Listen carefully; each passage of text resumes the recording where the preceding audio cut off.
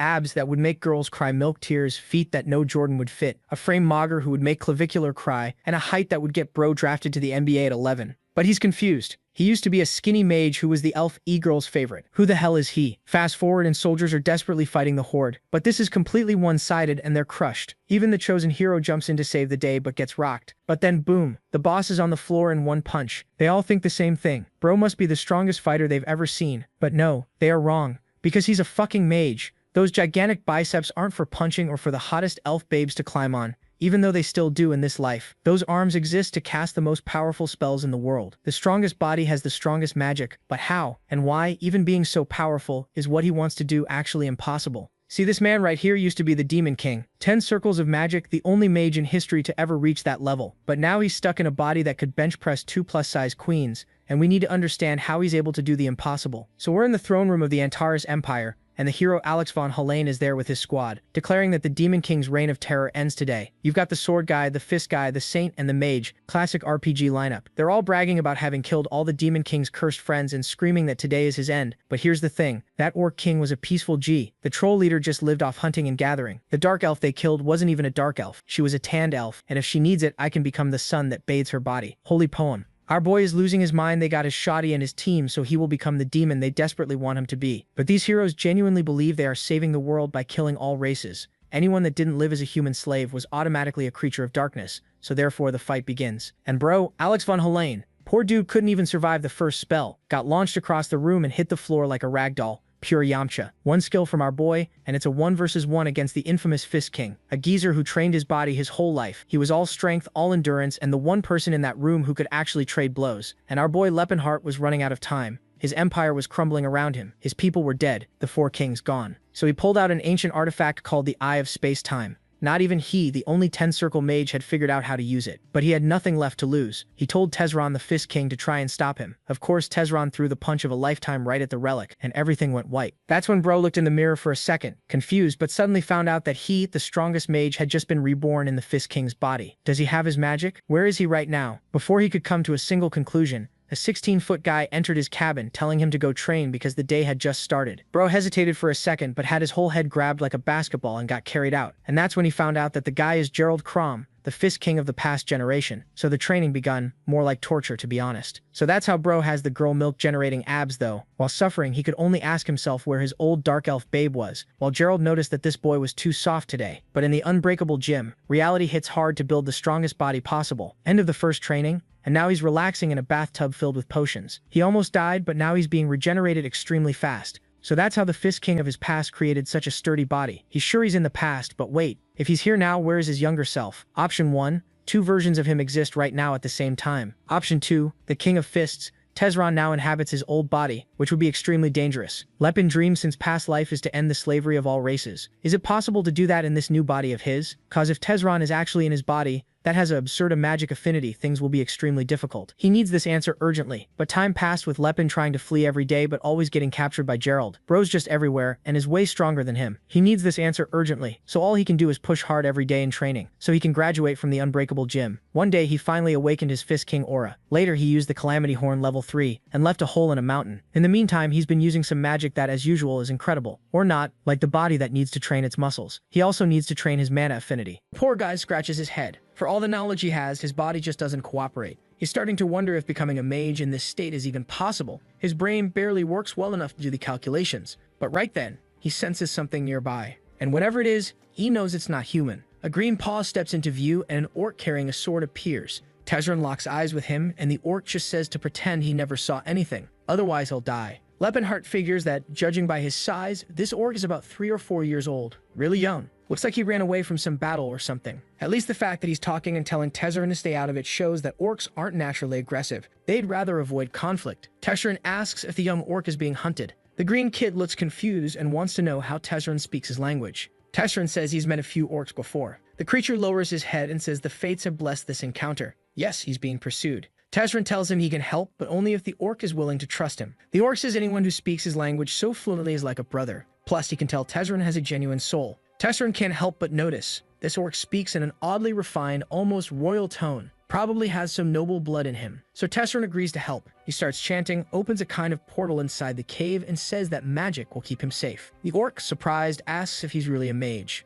Tesserin says, of course, obviously. But with that jacked body of his, the orc replies that there's nothing obvious about it. It makes no sense at all. Still, he's grateful. As soon as the orc enters the portal, Tesserin hears someone approaching. A group of bounty hunters shows up, grumbling about how much effort they're putting in just for a few silver coins. One of them asks Tesserin if he's seen an orc come through. Another guy says he'll give him a gold coin if he tells the truth. His buddy asks if he's actually going to pay up, and the guy laughs, saying, no way, just fooling that musclehead from the mountain. Tesserin simply says he hasn't seen anything, but then one of them spots the tracks. He says it's clearly orc footprints, and that the creature must have gone this way. Tesserin realizes he forgot to cover that part, but calmly tells them that nobody's allowed to enter his home. One of the soldiers glares at him and asks if he's lost his mind, and if he's actually asking to die. Tesserin just stands there, arms crossed, staring them down. The others start whispering that he's looking pretty ripped, they should be careful. Then a purple magic circle forms beneath his feet, and he remembers what his master told him. His fists were the deadliest weapons in the world. And that's exactly why using a weapon was an act of mercy, because wielding one actually made him weaker. So he grabs a big old club and tells the guys not to worry,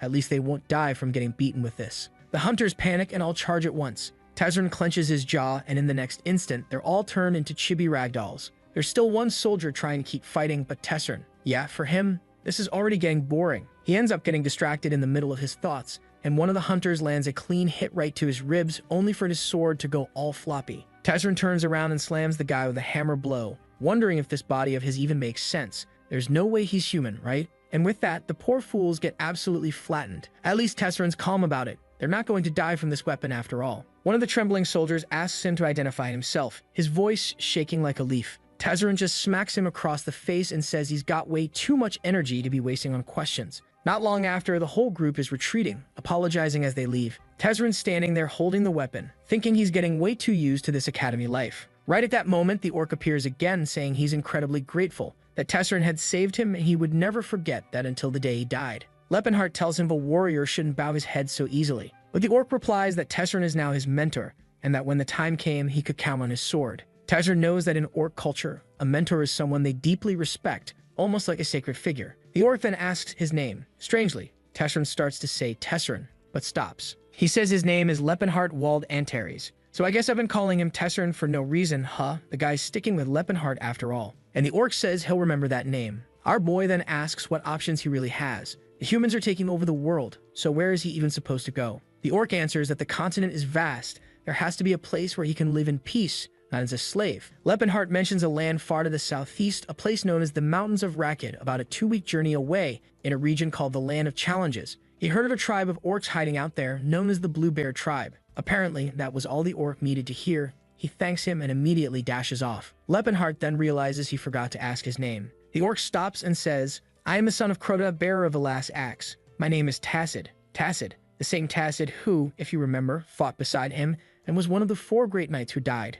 Which is weird, right? That guy ended up becoming the leader of the Blue Bear tribe. So how did that happen if he met Tesserin in the other life? With a personality like his, that bastard would never have helped an orc. So clearly fate went in some very strange direction. Still, it was a bizarre connection. He thinks back on the Empire, on Tacid, the orcs, the elf girl, and the dwarf as he sits smiling on the throne. He hopes that someday he'll get the chance to meet all of them again. 6 months go by after that strange encounter with Tacid. Gerard prepares for a leap and tells him to brace himself. A burst of energy explodes, and man, you'd think the kid would be braver after all this time, but nope. He's standing there, scared out of his mind. He activates the spiral guard just in time, and Gerard congratulates him, saying he's finally mastered it. Felt like it was just yesterday that he was still calling himself Lepenhart and trying to run away from this place. Our boy replies that was 6 years ago, so why's he bringing it up now? To which Gerard says they've been training together for 10 years, but it's only now that he's finally showing progress. The only question left, why is he still so short? Lepenhart protests, saying he's 1.90 meters.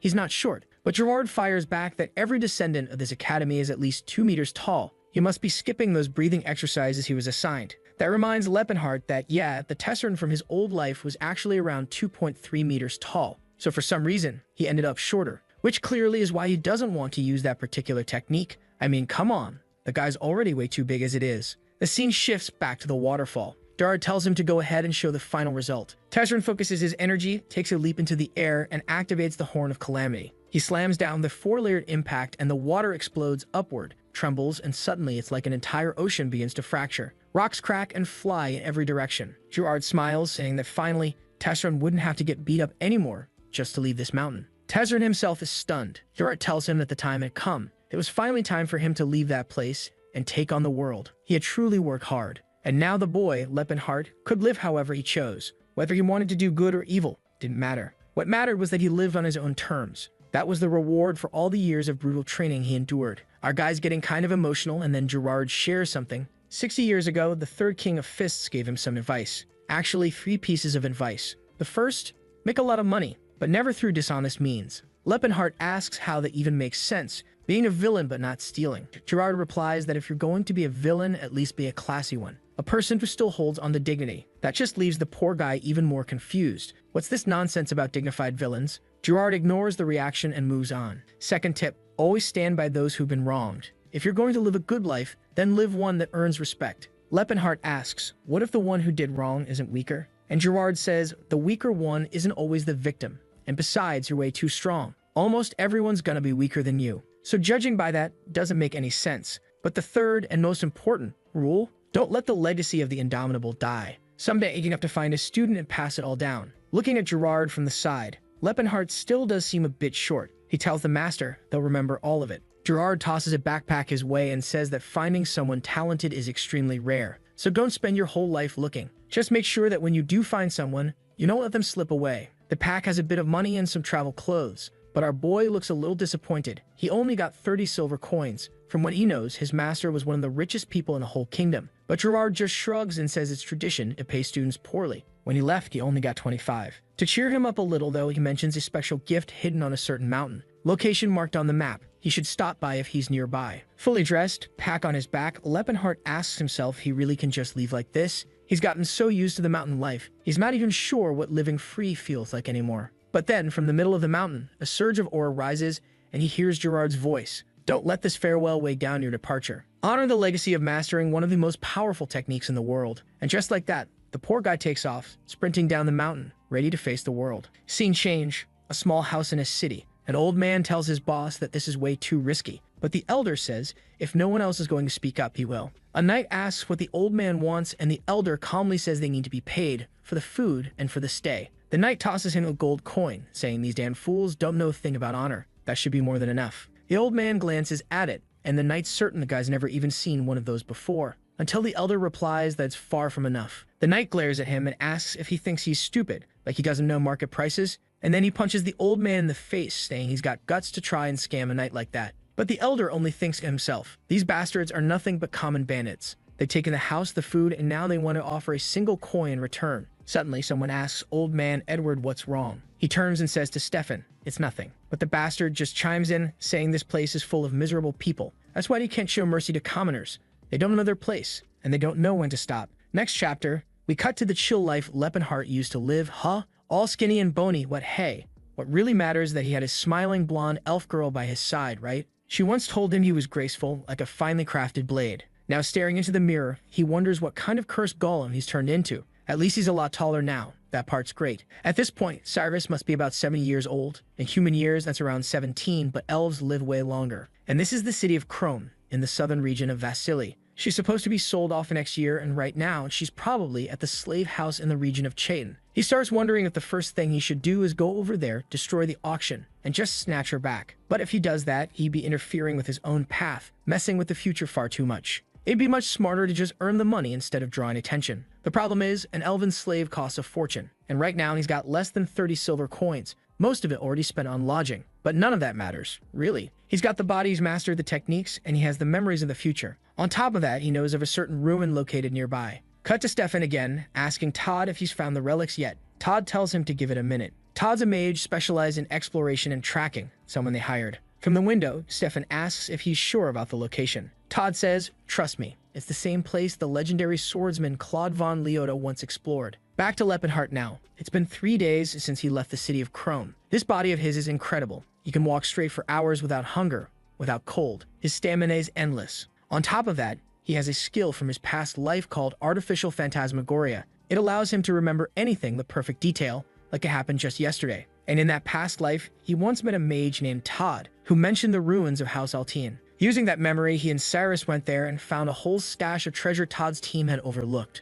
Selling everything, they managed to gather over 2,000 gold coins. So yeah, that's the place to go. From atop the mountain, he sees the village of cattle. Looks exactly the same as always. Down in the village, an old man is asking what they should do. The Valley of Death is a place no one should ever go near. Another elder replies that those noble bastards begged them for a guide. If they refused, there'd be consequences. A man on the right says their boss got injured looking for this place. The other guy loses his temper, shouting that nobles are disgusting. In the middle of all that, a man pulls out a bow and says he'll go. He's the best climber in the village. No one else could do it. His wife and daughter burst into tears while he's thinking, "Someone please save me. I really don't want to do this." The other men, though, are patting him on the back, saying he's got the heart of a winner. Of course he's going to make it. And then, boom, Lepenhart's face appears at the window, and he says he'll go. The guy yells, thanking him, but then spins around with the bow drawn, asking who he is. Our boy answers calmly, "I'm just a traveler. Happened to overhear your conversation by accident." He steps into the room and they ask if he's familiar with the area. He nods, very well. The guys say it's impossible. If he really knew the place, there's no way he'd agree to go to the Valley of Death. But our boy just tells them he's already been there before,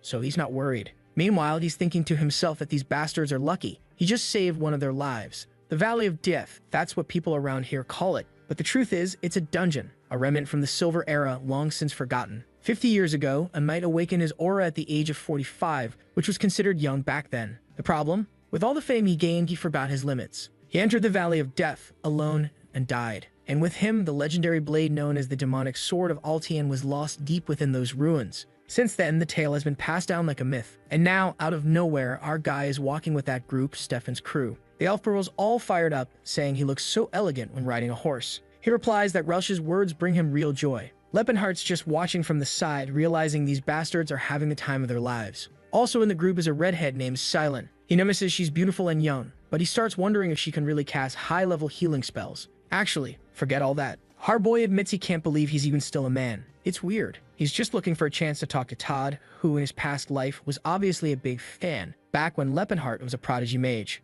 But now he's picking up on some weird tension between Scylan and Todd. He wonders, is Todd into the cute one? Then shakes his head. No way. Todd was never that kind of guy. Suddenly, Todd comes up to him and says he made a great decision agreeing to be their guide. Everyone else in the village was too afraid to volunteer. Lepenhart replies that it's only natural they'd be scared. But then Edward jumps in saying fear doesn't make sense. Not when they're traveling with the bravest knights in the entire kingdom. Our boy is already fighting the urge to crush this arrogant idiot's skull. Clearly, the guy thinks he's way stronger than he actually is. Then suddenly, a strange noise echoes through the woods. The trees begin to tremble. Something rises. And then harpies hiding above swoop down from the skies. The creatures immediately dive toward the group, who start shouting for everyone to get into position. It's an ambush. One of them claws downward, while Relch says these beasts have the nerve to attack a blessed man like Stefan. At the same time, Todd summons a blazing fire chain, lighting up the air, and the monsters go up in flames mid-flight. Meanwhile, sweet Scylan, the femboy of the hour, is tossing out heals and buffs for the whole team.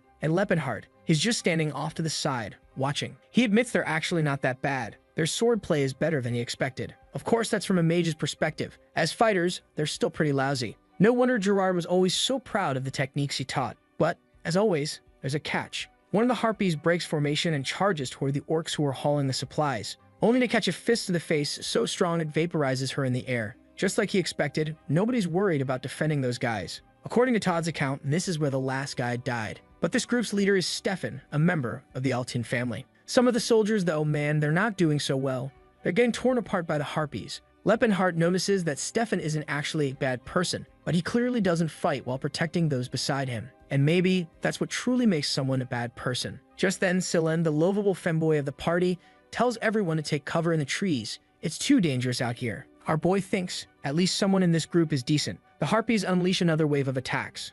Lepenhart doesn't even bother dodging. He just stands there, lets them hit, until one strike lands right in his eye. The poor guy wonders if he's even got any tears left after all that training. Not long after, Stefan calls out, asking for a damage report if the mages and priests are all safe. One of the soldiers answers yes, and that's when our boy realizes they don't give a damn about him or the rest of the group. Right then, Stefan raises his arm and proudly declares that they've proven their strength and can now rest after such a glorious victory. Lepenhart takes the chance to walk over and talk to Todd, thanking him for the fire magic. It really saved everyone. He says he'd heard Todd was a mage from the Delphia Magic Tower, and he actually has a friend who studies there too. Todd asks who his friend is. Our boy replies his name is Lepenhart. Do you know him? Todd says, yeah, I know Leppenhart. I just didn't expect someone like you to be his friend. Such a big, tough guy. That kid was sweet, kind-hearted. And just like that, Leppenhart immediately clocks that this guy is seriously weird. Todd asks why he's bringing all this up, and our boy asks if he knows whether the kid started training. How's his body doing? Todd responds, oh, he's just like always. Sharp little nose, gemstone eyes, and skin soft as silk. And in that exact moment, Leppenhart knows. Is creeping thinking anything wholesome. He's even drooling for crying out loud. Thankfully, Scylla walks up and asks if he's hurt. He says he's fine and tells her to check on the orcs instead. She goes to heal them, but the orcs say she doesn't need to worry. They're fine. She shouldn't waste her mana on people like them. One of the soldiers scoffs and asks why she's wasting magic on monsters. They'd recover on their own eventually. Leppenhart notes how the orcs are being treated like dogs, or honestly, worse than dogs. He knows plenty of dogs that are treated with more kindness. Just then, Stefan calls him, hey, guide, let's move. Our boy's fuming inside, but forces a dumb smile and leads the way. A few hours pass. The soldiers from the army are looking wrecked. Apparently, they ran into a pack of wolves, over 20 ogres, and a whole horde of monsters. They're wondering why this mountain is so full of threats. But of course, it's because Leppenhart is leading them in a straight line, cutting directly through danger instead of avoiding it. He may look like a soldier, but he's a mage, and a mage is all about efficiency. There's no way he's going to put himself in more danger just to make things faster for this bunch. Stefan's completely wiped out and mutters that now he understands why Sir Claude died here. But just then, his expression changes.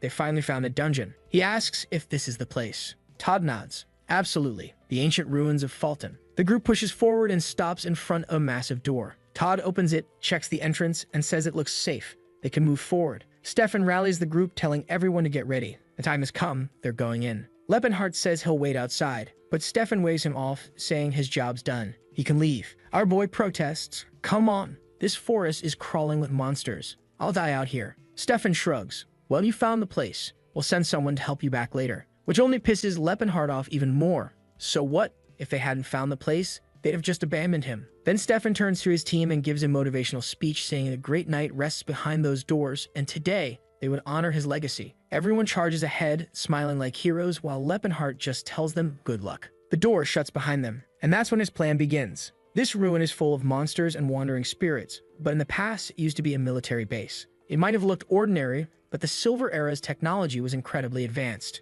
That's exactly why this place is so valuable. Walking through the halls, Leppenhart murmurs that it's been a long time since he last came here. In his previous life, he and Ceres had walked these same paths. The girl, looking all stunning, says she hears a fairy through the walls. If there's a voice calling out from beyond, it means there's a hidden gate, and yep, she's the one who found the treasure room. Suddenly, a mosaic lights up on screen. What the hell did they get up to inside that dungeon's treasure vault? Man, Leppenhart's old life really was better. He's looking at the carvings on the wall, saying it's a code written in Libra script with reverse sequences of water and earth symbols. He's trying hard to decode it, but man, this brain of his now is definitely not what it used to be. Still, after a while, the mechanism clicks open. He tosses his code on the floor, saying he's not about to ruin something that cost 10 silver coins, no way. Now shirtless, ripped out of his mind, he announces it's time to test what this body is really capable of. But just then, he hears screaming. He knows the shouts are coming from the other side, but come on, the treasure is right there. Why go back? Then he remembers. When he came here with Ceres, she used her magic to locate the items and they got out safely.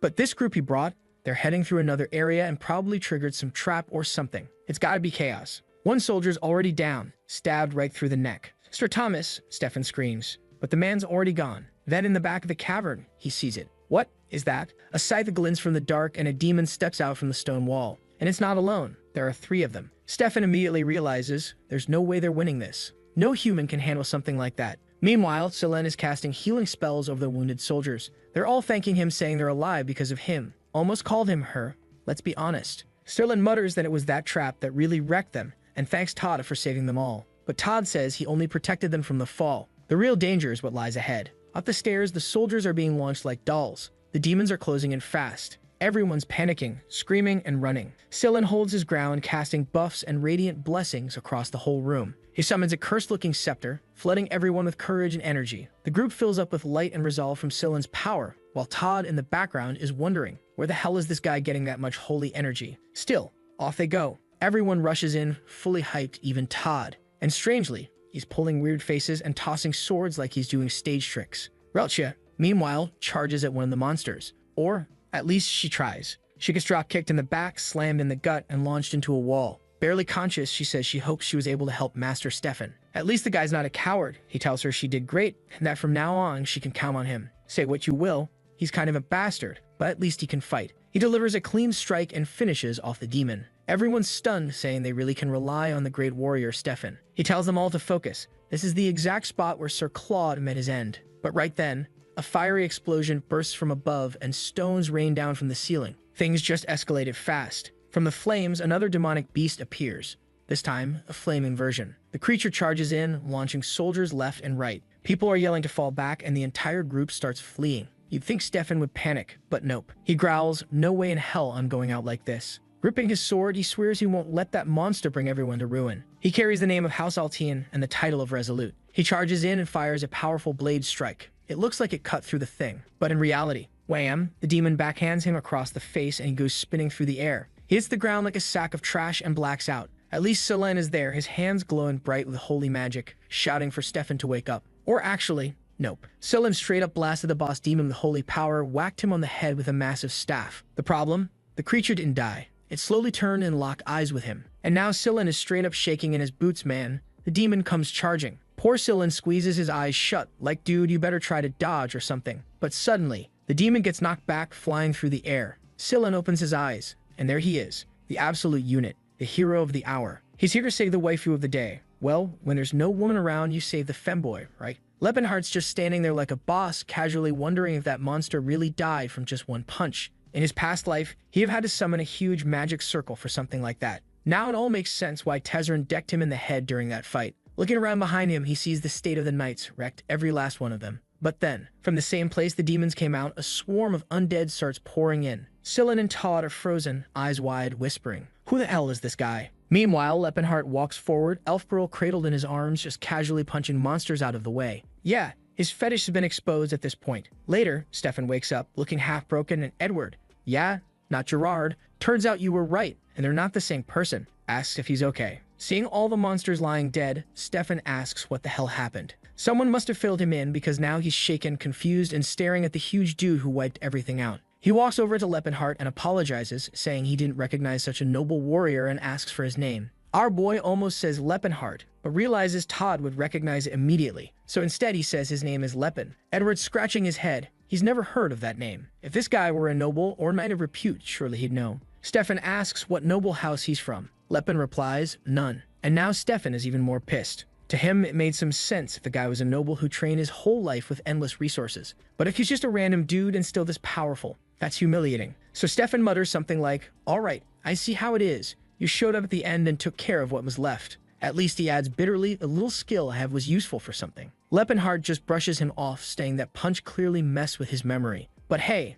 at least now he's seen just how useless he really is. Of course, Stefan loses it, yelling that he better show some respect to House Altian. Edward's panicking, telling Stefan to calm down. Don't pick a fight with him, man. He tries to smooth things over, saying Lepen probably doesn't know noble etiquette. He's just a commoner after all. Stefan takes a breath, calms himself, and says fine. But then he asks, who trained him? Lepenhart just shrugs. Little here, little there. Yeah, no way is he admitting he trained under Gerard. That guy's famous in the whole region. Stefan rumbles that it's almost impossible for someone to be this strong without proper training or a real master. But Lepenhart shuts it down. How about you stop interrogating me and go check on your injured people? Edward's been silently observing all this. He notices how comfortable this guy is bossing around anyone. He clearly carries himself like someone with status. At the very least, he must be used to commanding people. Maybe it's arrogance, or maybe he's royalty from some other country. While Lepenhart is pointing at the wounded, telling Stefan to do his damn job, Edward just keeps watching. This guy wasn't just confident, he didn't even care about age gaps or rank. He had to come from power. That's when Selen walks up and merely breaks his neck, twisting around to look at him. Wait, your name is Rui Lepen?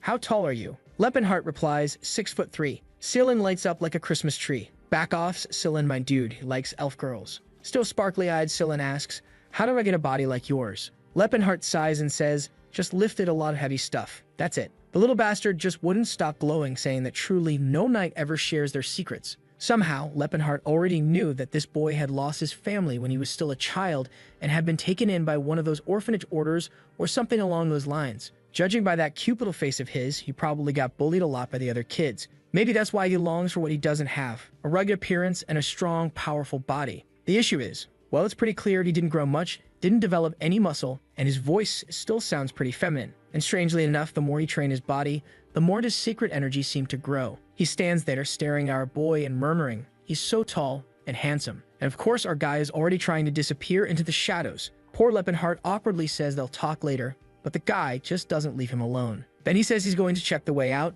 and obviously Stefan jumps on that, saying he'll go too. He asks if it's okay, and Lepenhart shrugs, saying he can do what he wants. While they're walking, Stefan is silently fuming. He can't accept that someone like him was the one who had to save him. That guy was an arrogant bastard, and the moment they ran into more demons, he was planning to humiliate him, make him fall to his knees and beg. Well, that was the plan right up until he got smacked in the neck and passed out. Lepenhart looks at him and says calmly, "Take a nap, will you?" At the same time, a few creatures sneak up from behind, jaws open to bite. Lepenhart casually punches them aside as he strolls through the corridor, heads over to a door, and starts searching a shelf, wondering where the gold coins and valuables are. One especially useful item he finds is a magic sack. Anything placed inside it becomes 10 times lighter than normal. Lepenhart also knows that somewhere nearby is the sapphire backflow dagger of magical power, along with a bunch of other great stuff. A little later, Stefan starts waking up, groaning and asking what just happened. Our boy walks up and says, "Some bastards knocked you out, man. But don't worry, if that happens again, I'll handle it." Stefan, still wobbling, mutters a weak thanks. Lepenhart replies, "Count on me. I'm probably gonna knock you out again anyway." Yeah. Next second, the guy's flat on the floor again with 3 lumps on his head. He gets up, rubbing his scalp, wondering what's going on. He's sure his guard is always up, so how does he keep getting knocked out so suddenly? A bit later, the group is on the move again, and Scylla looks at Lepenhart and asks, "Are you part of the royal family?" Our boy says no, he's just a regular person. But Scylla looks puzzled. I mean, this guy's extremely powerful, knowledgeable, and the way he speaks, it's like he sees himself above everyone else. That's not normal for someone from a humble background. Lepenhart realizes, yeah, for someone who's supposed to be 22, maybe he has been acting a bit too high and mighty with everyone. Might be a good idea to tone it down a little. Later on, they reach a large door, and man, I thought they were heading for the exit after all that chaos, but no. They go and open the room of what seems to be the boss known as Grelbias. Lepenhart stands there, confused, wondering what the hell this thing is doing here. He doesn't remember seeing anything like it in his past life. Stefan's already bracing himself, clearly afraid of getting another surprise hit to the head.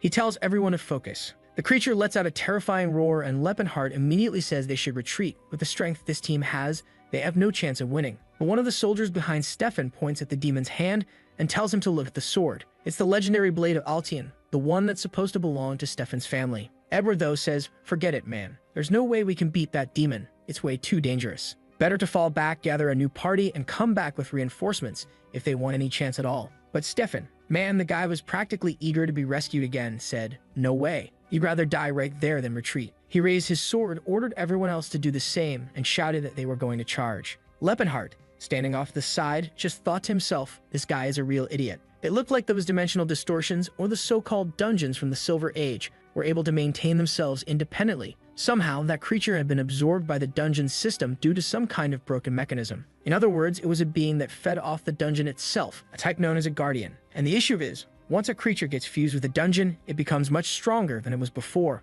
On top of that, this must have been the thing that killed that guy in the past, meaning it's definitely the most powerful entity in there. Still, Stefan's hyping up the group, saying the monster's chained down, that they can take it down easily. At that point, Lepenhart turns to Edward and asks, "Dude, you guys are actually gonna fight that thing? You don't stand a chance. Everyone's going to die." But the bastard just turns back and says he appreciates the warning, but he's just a vagabond who doesn't understand what honor means. There are things in this world worth risking your life for. And then he charges in with his sword held high. Meanwhile, our boy is just standing there, wondering, why is he even helping these knights? You should just let them all die. Our dear boy Scylla is off to the side, praying for the goddess's blessing. All the soldiers, buffed up, go charging in, until one of them gets slammed in the chest and launched across the room. Lepenhart just shakes his head. Yeah, he knew this was going to happen. Another one goes flying, while the creature spins its blade and sends everyone scattering. Now our guy's already figured out what kind of man Stefan is. No matter how much you try to talk sense into him, he's going to keep pushing forward.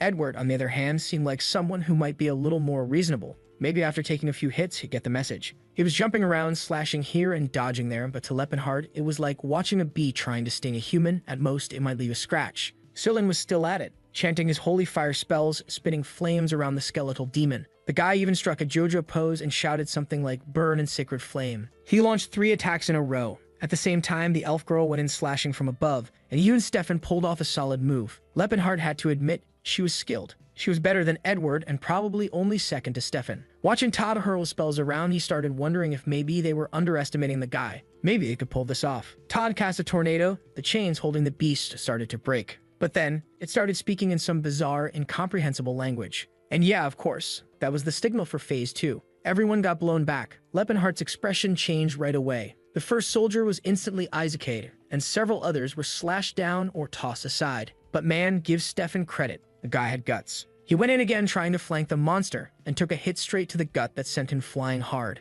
Edward shouted his name, but Stefan just stood back up, bloody and barely standing, and said, "I'm fine. Trust me." They charged again. Now Elsia. She came in with a whirlwind of kicks and slashes, aiming straight down on the monster. But of course, she took a hit from the side and got scorched by a blast of fire along with everyone else. From a distance, Sillin watched the flames barreling toward them. But chill, Chad saved the waifu just in time, pulled her out of the way. He even apologized, saying he only didn't react faster because he got distracted. But the real problem now, he was left standing alone in a one-on-one against that beast. That's when he started activating his aura, saying he was curious. He wanted to know what this body, the one that trained for over 10 years, was really capable of. If he were still just a mage, he'd never take a risk like this, not with his life on the line. But now, man, now he was a fighter. He only felt truly alive when facing an enemy where victory wasn't guaranteed. So he charged forward, saying that if his master were here to see this, he'd be proud. He fired off a focused explosion right off the bat, but the creature retaliated fast and Lepenhart had to dodge. Still took a small slice to the shoulder. Metal weapons might have done nothing, but magic, that still worked on him. In the blink of an eye, he was already behind the beast, but the monster pulled a reverse kick out of nowhere and launched him straight into the wall. Sillin screamed in panic, but Lepen just strolled out of the smoke like nothing happened, cracking his neck with a pop. Our dear femboy was completely terrified man. The toughness of this guy's body was unreal. Lepenhart thought, if I hadn't held back just now, I probably could have found an opening to counter. This fight had turned into a pure test of reflexes, just like it used to be with Gerard. He had no clue what that monster's roar meant, but he welcomed it. Bring it on. The two clashed in a brutal back and forth while Stefan just stood there in shock, wondering what that aura even was. How could a man with no title or bloodline manifest an aura, something he, a noble, hadn't even achieved yet? Watching the exchange, he could barely process what he was seeing. Who the hell is this man, and where did he come from? Meanwhile, our boy was trading fists with the creature like it was a boxing match. He dodged another attack and said, "These moves are starting to get too predictable, way too simple now." He landed another clean hit on the creature's arm, and it looked like it might have ripped the thing off completely. But the problem with Dungeon Guardians is that they don't die, no matter how badly you beat them up. That's because the dungeon itself keeps feeding them energy and healing them. The beast prepped another explosion, but Lepenhart dodged again. He grabbed its arm, landed a kick to the face, followed by a flurry of punches. While they were trading blows like that, all the soldiers were just standing there, watching in disbelief. Lepenhart realized he was probably drawing a little more attention than he wanted. He figured it'd be better to just use the Horn of Calamity and end it already, but the risk of collapsing the entire dungeon and killing everyone was still too high. From the back, Todd shouted, "Lepen, use a sword, man. We'll buff it with holy energy and you can finish this thing." But our boy just yelled back, "I don't know how to channel aura into a sword, you moron. All I know is how to punch with it. That's it." Then Sillin called out and asked if his body was tough enough to take a hit. Lepenhart said, "Yeah, it's one of the sturdiest around." So Sillin replied, "All right then, you're getting Philinence's blessing." Whether our boy liked it or not, he clenched his jaw, grabbed the boss by the arms, and slammed it into the ceiling man. What that little bastard did was use a spell that normally hardens metal, but cast it on Lepenhart's body. Despite having that soft, adorable face, the guy had a very unique strategy. Now Lepenhart, all stiff but reinforced, pushed forward again, launched a kick to the boss's chin, followed by a knee strike and another punch. It was hard to believe the creature was still alive. The monster floated up in midair, then came the pink laser, and finally, the bastard died. Praise the gods. Our boy just stood there, all cool and collected, while Sillin was practically glowing with hearts in his eyes, throwing up rock and roll signs like a fan at a concert. The symbol above them started to fade. The dungeon was done. All busted up, Stefan walked over and asked, "Are you really Lepen?" He wanted to know why Lepenhart had been hiding all that strength, and if he really thought the rest of them were idiots. He admitted he was powerful, but said he wouldn't be forgiven for trampling on the honor of the knights. He must have laughed at all of them while they struggled, he claimed. But Lepenhart calmly asked, "When did I ever laugh at anyone?" Truth is, he wouldn't bother laughing, because he didn't care about any of them, not even a little bit. He turned to walk away, saying nothing, but Stefan was dying to be humbled again. He lunged to attack, swinging his sword, but our boy just bent down to pick up a sword from the ground, and the idiot ended up slicing the air and tumbling across the floor like a fool. All twisted up and red in the face, Stefan asked if he dodged on purpose, but Lepenhart just picked up the sword and told him to take the damn thing already. Wasn't that what he came here for in the first place? Edward, trying to lighten the mood, said he should admire the boy for defeating the boss and still showing no greed,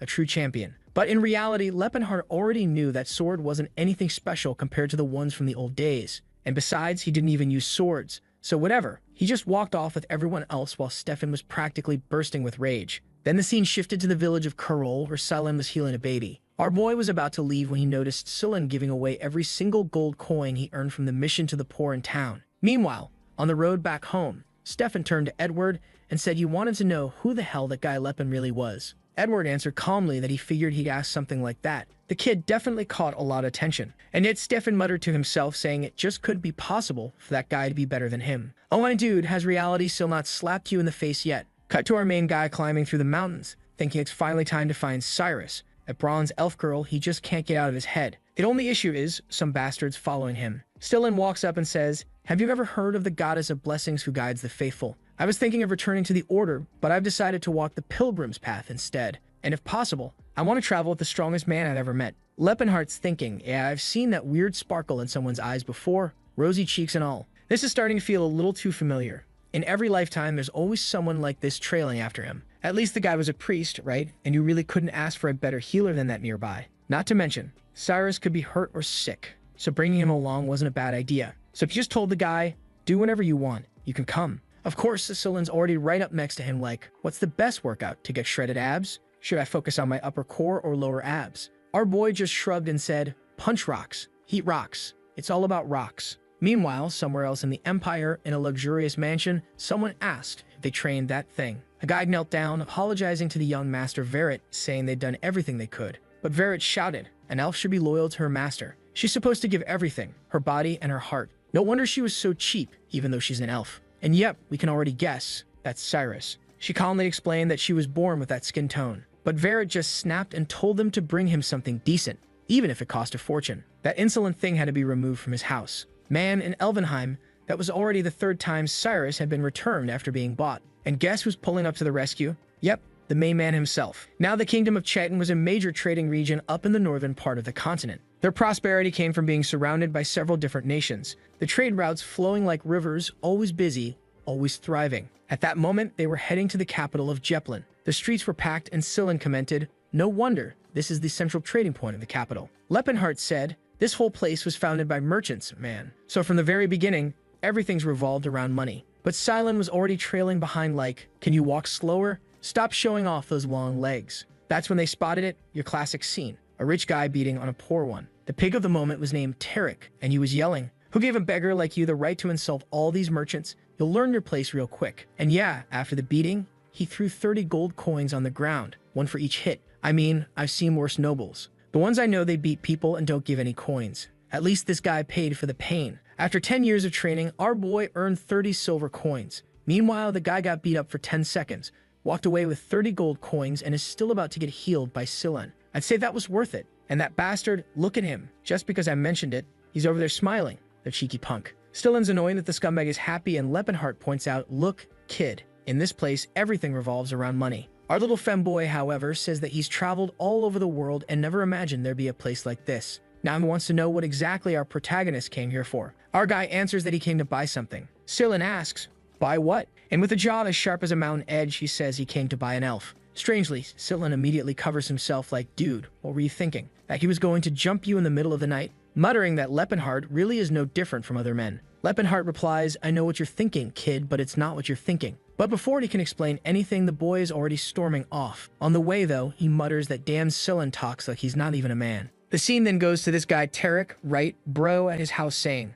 those wretches keep complaining that I have money and take advantage of them. If having money is so great, why did they earn it? The elf looks and says, you're right, master, it makes sense. They're all cozying up to the chubby guy when suddenly he looks to the side, sees Verret, and says they haven't seen each other in a while. As far as he heard, Verret had bought a killer elf recently, right? So what happened? Verret is all trembling, asking himself, why did I have to run into this bastard here of all places? He then says, I returned that damn thing a few weeks ago because she wasn't the most obedient. Right then the fat guy bursts out laughing, asking if he really couldn't tame an elf that was already a slave. No wonder the big shot merchants were starving with an incompetent like him around. Man, what a roast. Verret tries to explain, right, that apparently she had already been returned countless times and that's why she was cheap. And the chubby guy is thinking, if I can manage to buy that little slave and tame her, that bastard will see who's the best. The scene then shifts to another part of the city, where Lepenhart is looking down and asking what he thinks he's doing. Stillen is there on the ground, Ro putting in effort, saying he's exercising while our boy is just thinking that the poor guy really was skinny man. He then tells him not to push himself so hard, right? He'd end up with sore muscles for the rest of the day. To which Selen replies that it's all good, it won't affect his trip. Suddenly, when our boy looks again, he's already healed, all cute, saying that he can shake off healing spells just like that. Why does the artist spend more time drawing Selen than the elves? And our boy gets it now. Why the bastard can't gain any muscle. The principle of healing magic was pretty similar to time reversal and muscles needed right to develop after being destroyed. But if you use holy power on them, it's like you go back to when, you hadn't trained yet. The boy was the dumbest guy he ever met. What's the idea of doing all that painful training only to cancel it out like that? Now it's clear why the fool has been wasting time for 5 years. Then he asks right if that long hair doesn't get in the way when he's training. To which Silence says it grows back really fast even when he cuts it. By then our boy is already leaving, saying they're going now to buy a slave, especially since he sold the artifacts. Obviously at the slave market there are all kinds, and without a doubt the most coveted and expensive ones were the elves. Their appearance lined up with human tastes, which made them, much more interesting than the others. A killer elf could cost over 800 gold coins, a regular woman 400,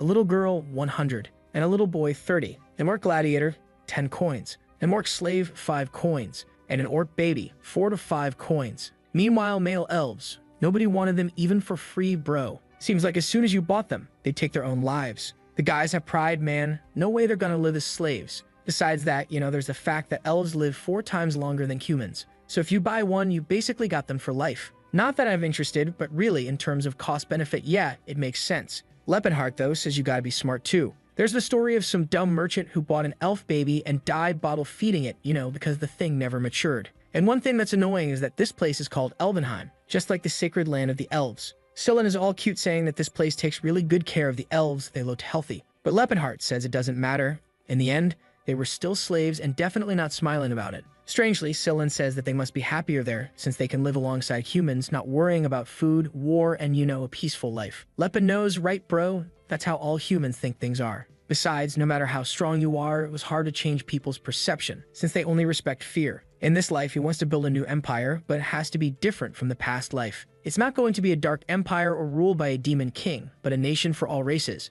Oh my boy, wasn't that exactly what you did, you damn bastard? At that moment, a guy comes out from behind the curtains and apologizes for the delay. The most beautiful killer elves had arrived. The sly ones all come in seductively, asking what he wants and saying they'll do whatever he wants. While Stillen covers his eyes all shy, our boy is, just hunting for Cirrus. At the same time, he's disappointed because it seems that those in front of them are descendants of spirit fairies, and it's sad to see them lowered to that level. Then he asks if by any chance he doesn't have a dark-skinned killer elf. The guy comments, "Damn, you got a peculiar preference. It'll be hard to find one like that. But come with me, we got one for even crazier tastes." Walking down the corridors, our boy sees some elves doing weird stuff, right man? When you've got 500 years to live, you can hang out by the fountain dancing. The guy is talking about everything the elves do, how well they work, the fruits they harvest, the food they make. But Leppenhard just tells him to shut up and lead already. The poor guy gets startled, coughs a little, and apologizes. Then he approaches a door and asks to see number 148. Man, at the same time, the elves are also training combat there all day long, bro. My god,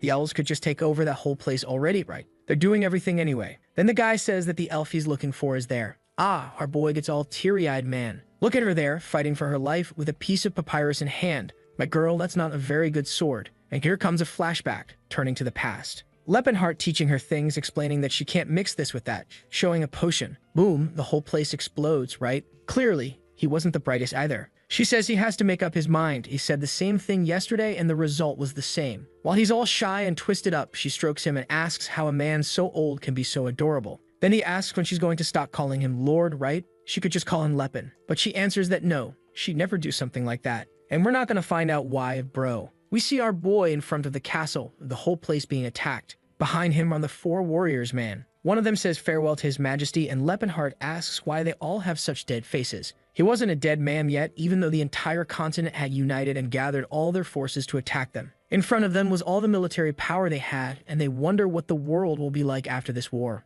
Most likely, the entire nation would be ruined with this single attack. One of them says this just proves how intolerable their existence had become. What he wants to know is if Leppen really can't handle them. Our boy says they all have a chance to escape, since he's staying in Garek. He just wanted to apologize to Alport. As an entity, he did everything for them, but in the end, he failed. The dwarf says it wasn't just any support. This was the result of a prophecy. which said that the one who keeps an elf by his side is followed by the orc guide and crosses the abyss of Tamian would emerge as the Pillar of Hokril. They were meant to follow him. This guy was the one who would change fate and bring salvation. Lepin says that he never understood. He had destroyed half of the dwarves' temple, and even so, they were worshipping him like he was a savior. May Alport's blessing be with all of you until the next time we meet. At that, they turn around and Cyrus says she'll be waiting for him. But Lepin responds that you can never know what fate holds. If something were to happen to him, she should find someone else. She cuts in and says that no matter what happens, she'll wait for him. He goes to say something, but she interrupts again and says it doesn't matter. Look at that. They kissed in the middle of a war, how romantic. But now in the present, right, bro, the girl's all skinny.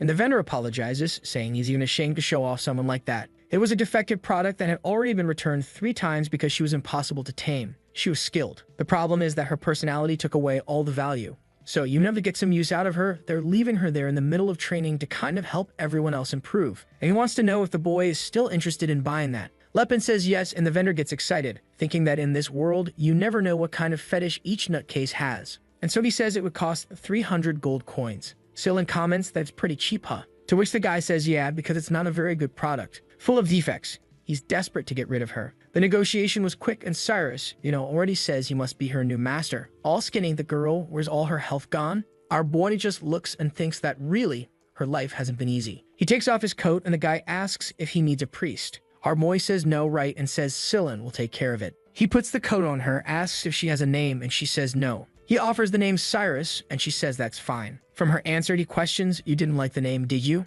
And she just says that it's fine. She was now called Cyrus and would keep that in mind. Our boy tightens the coat and says, if that's the case, then from now on you're Cyrus Valencia. Cyrus says, a slave doesn't need a last name, right? Is that yours, by any chance? He just answers that no, that was the last name she should have, and that's that. He introduces himself as Lepinhart, right, and introduces Sillin too, who's a priest. All sweet, she says she understood. Sometime later, the vendor is there all nervous, wanting to know if he really wants number 148. It was a problem because she'd already been sold. Obviously, it's that chubby Tarek, right, angry, wanting to know if that Dan Verrett figured out his plan and came to buy her. The vendor says no, it was some young guy he'd never even seen around here. He paid in cash, so he, didn't even ask for info or anything. Tarek says it's rare to have someone unknown in the city with enough money to buy a slave like that out of nowhere. To which the vendor says, that it was a defective product, so it was a bit cheaper. The guy wants to know what the bastard looked like, and the vendor says, he's real easy to spot. Super tall, broad shoulders, jacked.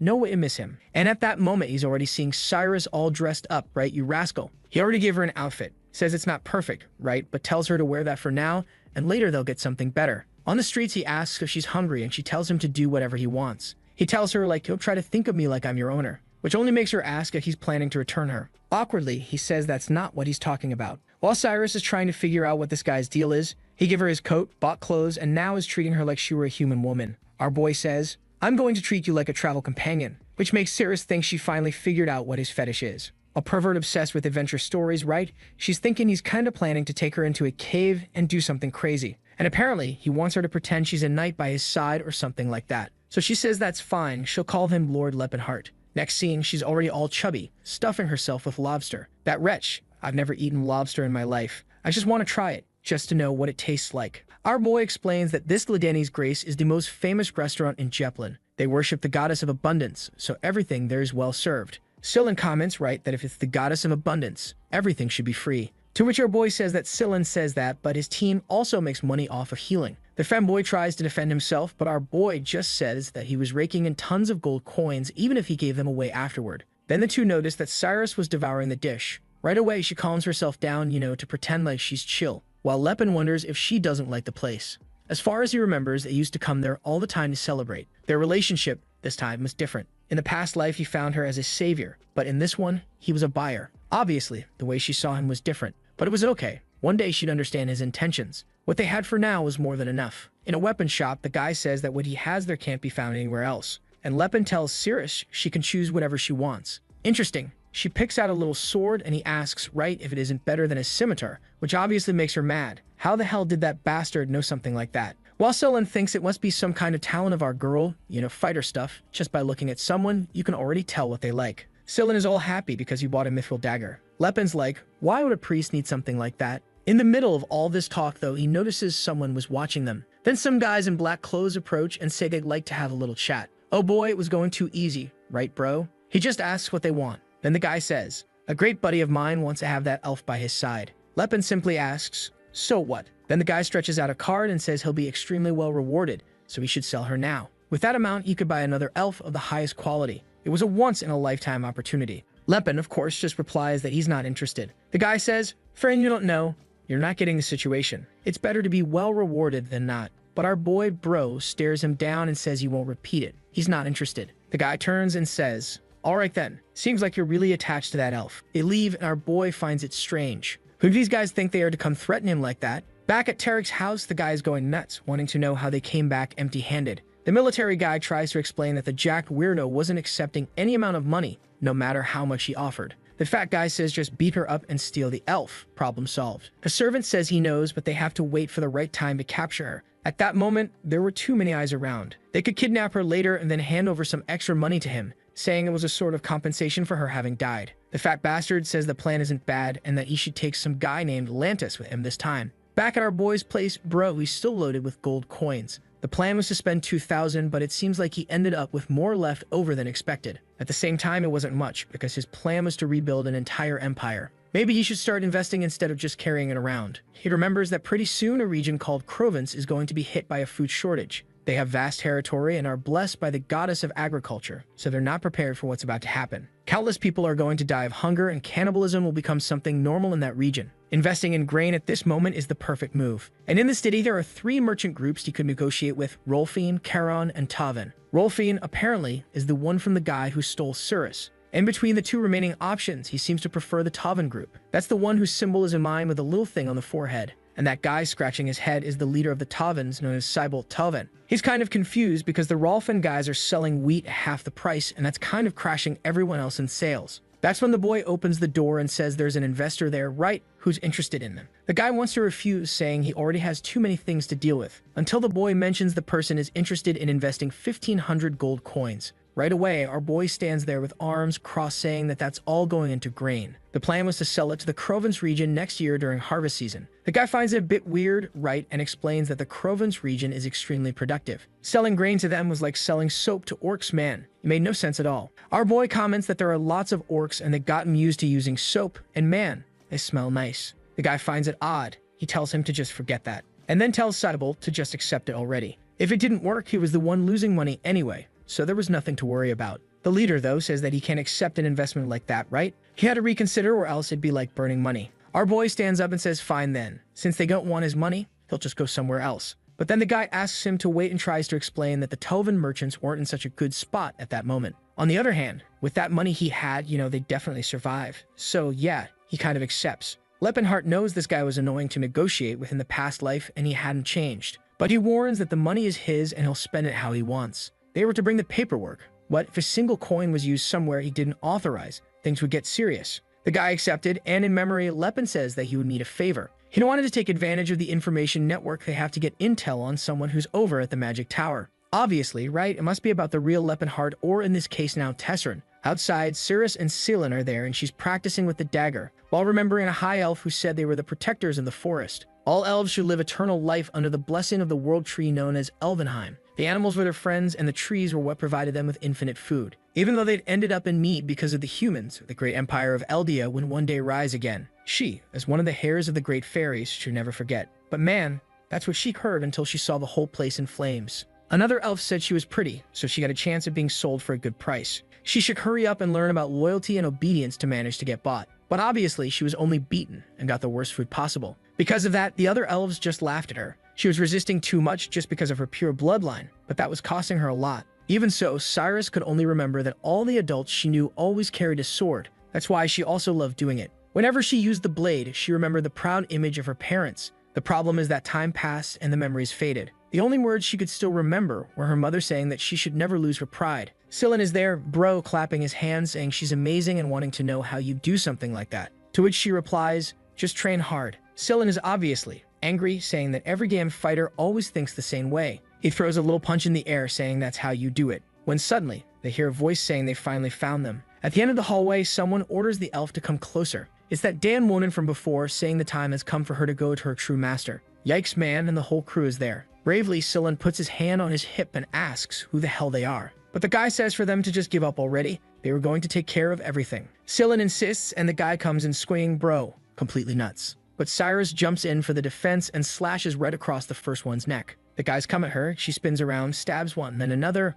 Man, like 3 are already dead. The guys there trembling, wondering how a damn slave is acting like that. Why would someone who was just bought already be that strong? And Scylla man starts conjuring buffs right away until something almost hits him. He warns that no one's going to care if they get rid of some random pilgrim. Scylla's pissed, but Cyrus tells him to calm down. Then she starts walking forward calmly, bro, and tells Scylla not to worry. She'll handle it. The soldiers obviously aren't happy with her boldness. One of them says it's time for a certain Talcata to get to work. Oh man, here comes another slave. Huh, bro? Slave versus slave. And like in every story, the orc talks all rough. Talcata work now. Talcata take elf. Sorry, that is fate. And Cyrus immediately notices the guy was very skilled. The man gives the order and tells Talcata not to leave a single scratch. She moves to block the first strike, but he comes in with a curved blow, man, and hits her square on the shoulder. Even so, she seems to have managed to shift to the side. But she realized he was fast and strong. As she attacks, she regrets leaving the scimitar in the room. The bastard dodged, and she pulled off a beautiful capoeira move. While the leader's shouting, telling him to finish off that elf woman quickly. Talcata's angry now, knowing that if he drags this out, he's going to miss dinner. He charges again. The two face off. He comes down with an overhead slash, but Cyrus moves in. By the look on the orc's face, he seems to have messed up, and she slides under the blade while approaching beneath the attack. She locks eyes with him, and he realizes he screwed up, bro. As soon as the sword went off to the side, she smiled and slashed at his neck. Lucky for him, he had armor. The orc can't believe she ran toward the attack like that. Any normal person would be afraid of dying like that. Then Scylla calls out to Cyrus and tells her to block the dagger's man, already starting to cast his buff. But the soldier says he won't let that happen and throws a dagger. Of course, Cyrus jumps in front and blocks it. But because of that, the fanboy's invocation ends, man.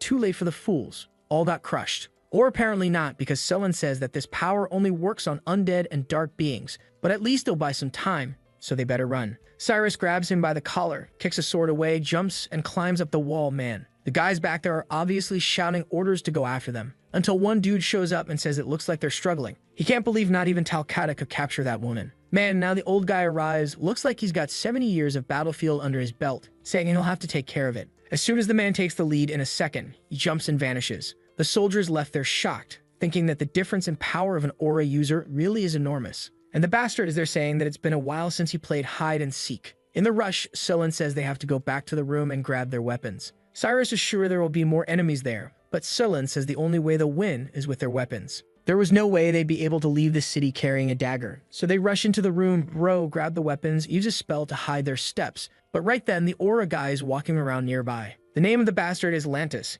He's the master of the sword. Because he has aura, he can sense any movement in a 30-meter radius. While he's destroying the door, he can't believe that redhead was a high-level priestess. Some guy shows up and asks if Lord Lantis really lost track of the two, but he just tells him to shut up and orders the men to start hunting throughout the entire city. In the chaos, Cyrus wants to know if it wouldn't be better for them to flee to a more crowded area, to which Silence says that would only make things worse. Soon it would be announced the Slade escaped and the whole area would become hostile. While running though, he's already thinking. Now it's clear why pilgrims always die, man. On the other hand, a worst option was going back to that woman. My boy, girl, what did that girl do to you, my boy? He says he's never going back to that place with this skinny body, and that they have to find Lepin fast. So he casts a spell, asking the goddess to guide him to his destined path. The ability starts forming a path through the city, and a narration explains that this spell was actually created to bring couples together. Love might seem like coincidence, but when blessed by the goddess Philinance, it becomes destiny. Even Scylla is kind of confused, right, because it's working, but it's something meant for couples. Then Scylla starts praising and Cyrus praises back. Yeah,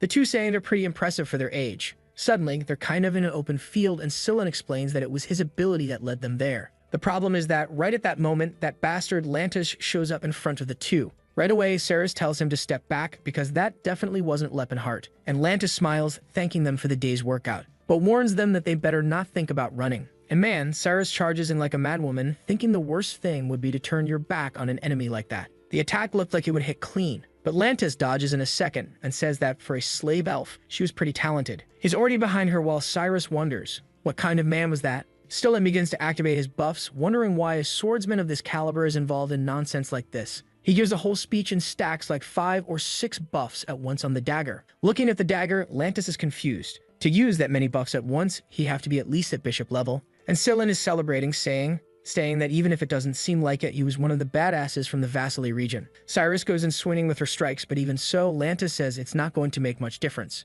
In the moment, her blade breaks and the guy slashes at her. Yeah, bro. Scylla's celebration got cut short. The bastard in front of them was an aura user, and even Lantis got pissed, saying he can't believe he was forced to use aura on an elf like her. Scylla knew that didn't make sense. An aura user shouldn't be in a place like this. With that kind of power, he could be living comfortably anywhere in the world. Sending this guy to capture a slave was like asking a dragon to use its fire breath to cook soup. Overhearing the conversation, Scylla finds out that his name is Lantis, a man who was once a renowned knight of the Empire. Born from a noble lineage, he awakened his aura before the age of 40. But Lantis carried a secret no one spoke about. His cruelty, which began with elf slaves, eventually extended to human women in the capital. Eventually, it reached the nobility, and that's apparently where his fun ended. Scylla says that now he knows where the damn monster had been hiding. He couldn't believe an aura user was getting involved in something so dirty. He really was just as vile as the rumors said. Lantis responds that even though things are tough, he still has to make a living somehow. He fled to this place after being expelled from the kingdom of Tychon. The other soldier standing nearby is just thinking that for a merchant group,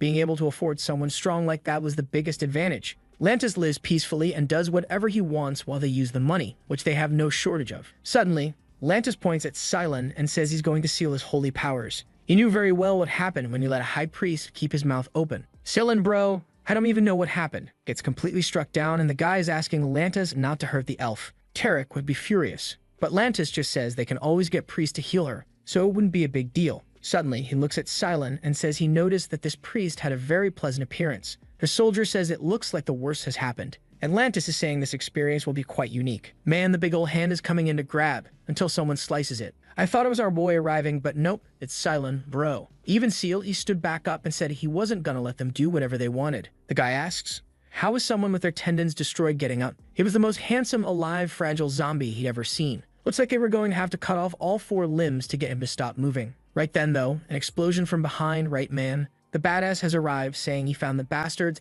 and that they were going to pay for trying to take Cyrus. Man, he's coming in with swagger, bro. Walking straight, tossing off the coat. Lantis as they're trying to figure out who this kid is. Clearly, he didn't just look tall. You could feel a mountain of aura surrounding his body. Then the guy nearby says that that's the guy who bought the elf. And Lantis asks what's with this nonsense of calling him just some random kid. Just by looking at him, his whole body was going on high alert. Lantis knew that if he couldn't see the guy's power, it meant he was an aura user too. But how could someone this young already have awakened aura? At most, he looked 20 or 30 years old. He goes to draw his sword, saying it's been a long time since he's seen someone truly strong. Lepin just replies that it's funny seeing him pretend to be a real knight. He was just a filthy old man and a pervert. Right away, Lantis charges in, bro. And of course, Lepinheart steps in for the brawl. While the guy's swinging his sword, Lepin is punching the blade man. The knight standing nearby can't understand a single thing that's happening. And bro, our boy's 1.90 meters is looking like 5 meters. It's straight up attack on Titan out here. Lantis is all twisted up in pain, but the fight seemed fair. A soldier asks if they should help, but the other warns. Man, if we get involved in that, we'll just die for nothing. While the fight goes on, Cylon is casting healing magic on Cyrus, who asks whether Lepinheart really was already a mana user. Lantis is still going at it, realizing that the bastard wasn't just someone who had mana. The bastard, on top of that, knew how to fight. No explanation made sense. Either he awakened aura as a teenager, or he was a 40-year-old man with a baby face. And then, bam, another punch from Lepinheart, who's mad bro, wondering why a dirty old creep like that had such sharp swordsmanship. From now on, he was going to punch anyone who said the path of the sword teaches good manners. Lantis backs off, crashes onto a pillar, and is trying to understand how the guy was blocking sword slashes with punches. Right then, he asks the boy if he was a student of Gerard, the king of the fist. What the hell? This guy knows everything, man. Damn. Lepin doesn't say anything, and that bastard wants to know why someone as strong as him would care about a mere slave. Lepin, man, asks, what's this talk about a mere slave? The people they treated as slaves have thoughts and emotions too. He lands another punch while Lantis dodges, asking what kind of idiocy he's talking about. Lepin remembers that in his past life, people reacted the same way. The belief that all other races were beneath humans was deeply rooted in the world. They could see other kinds of beings cry, laugh, or suffer,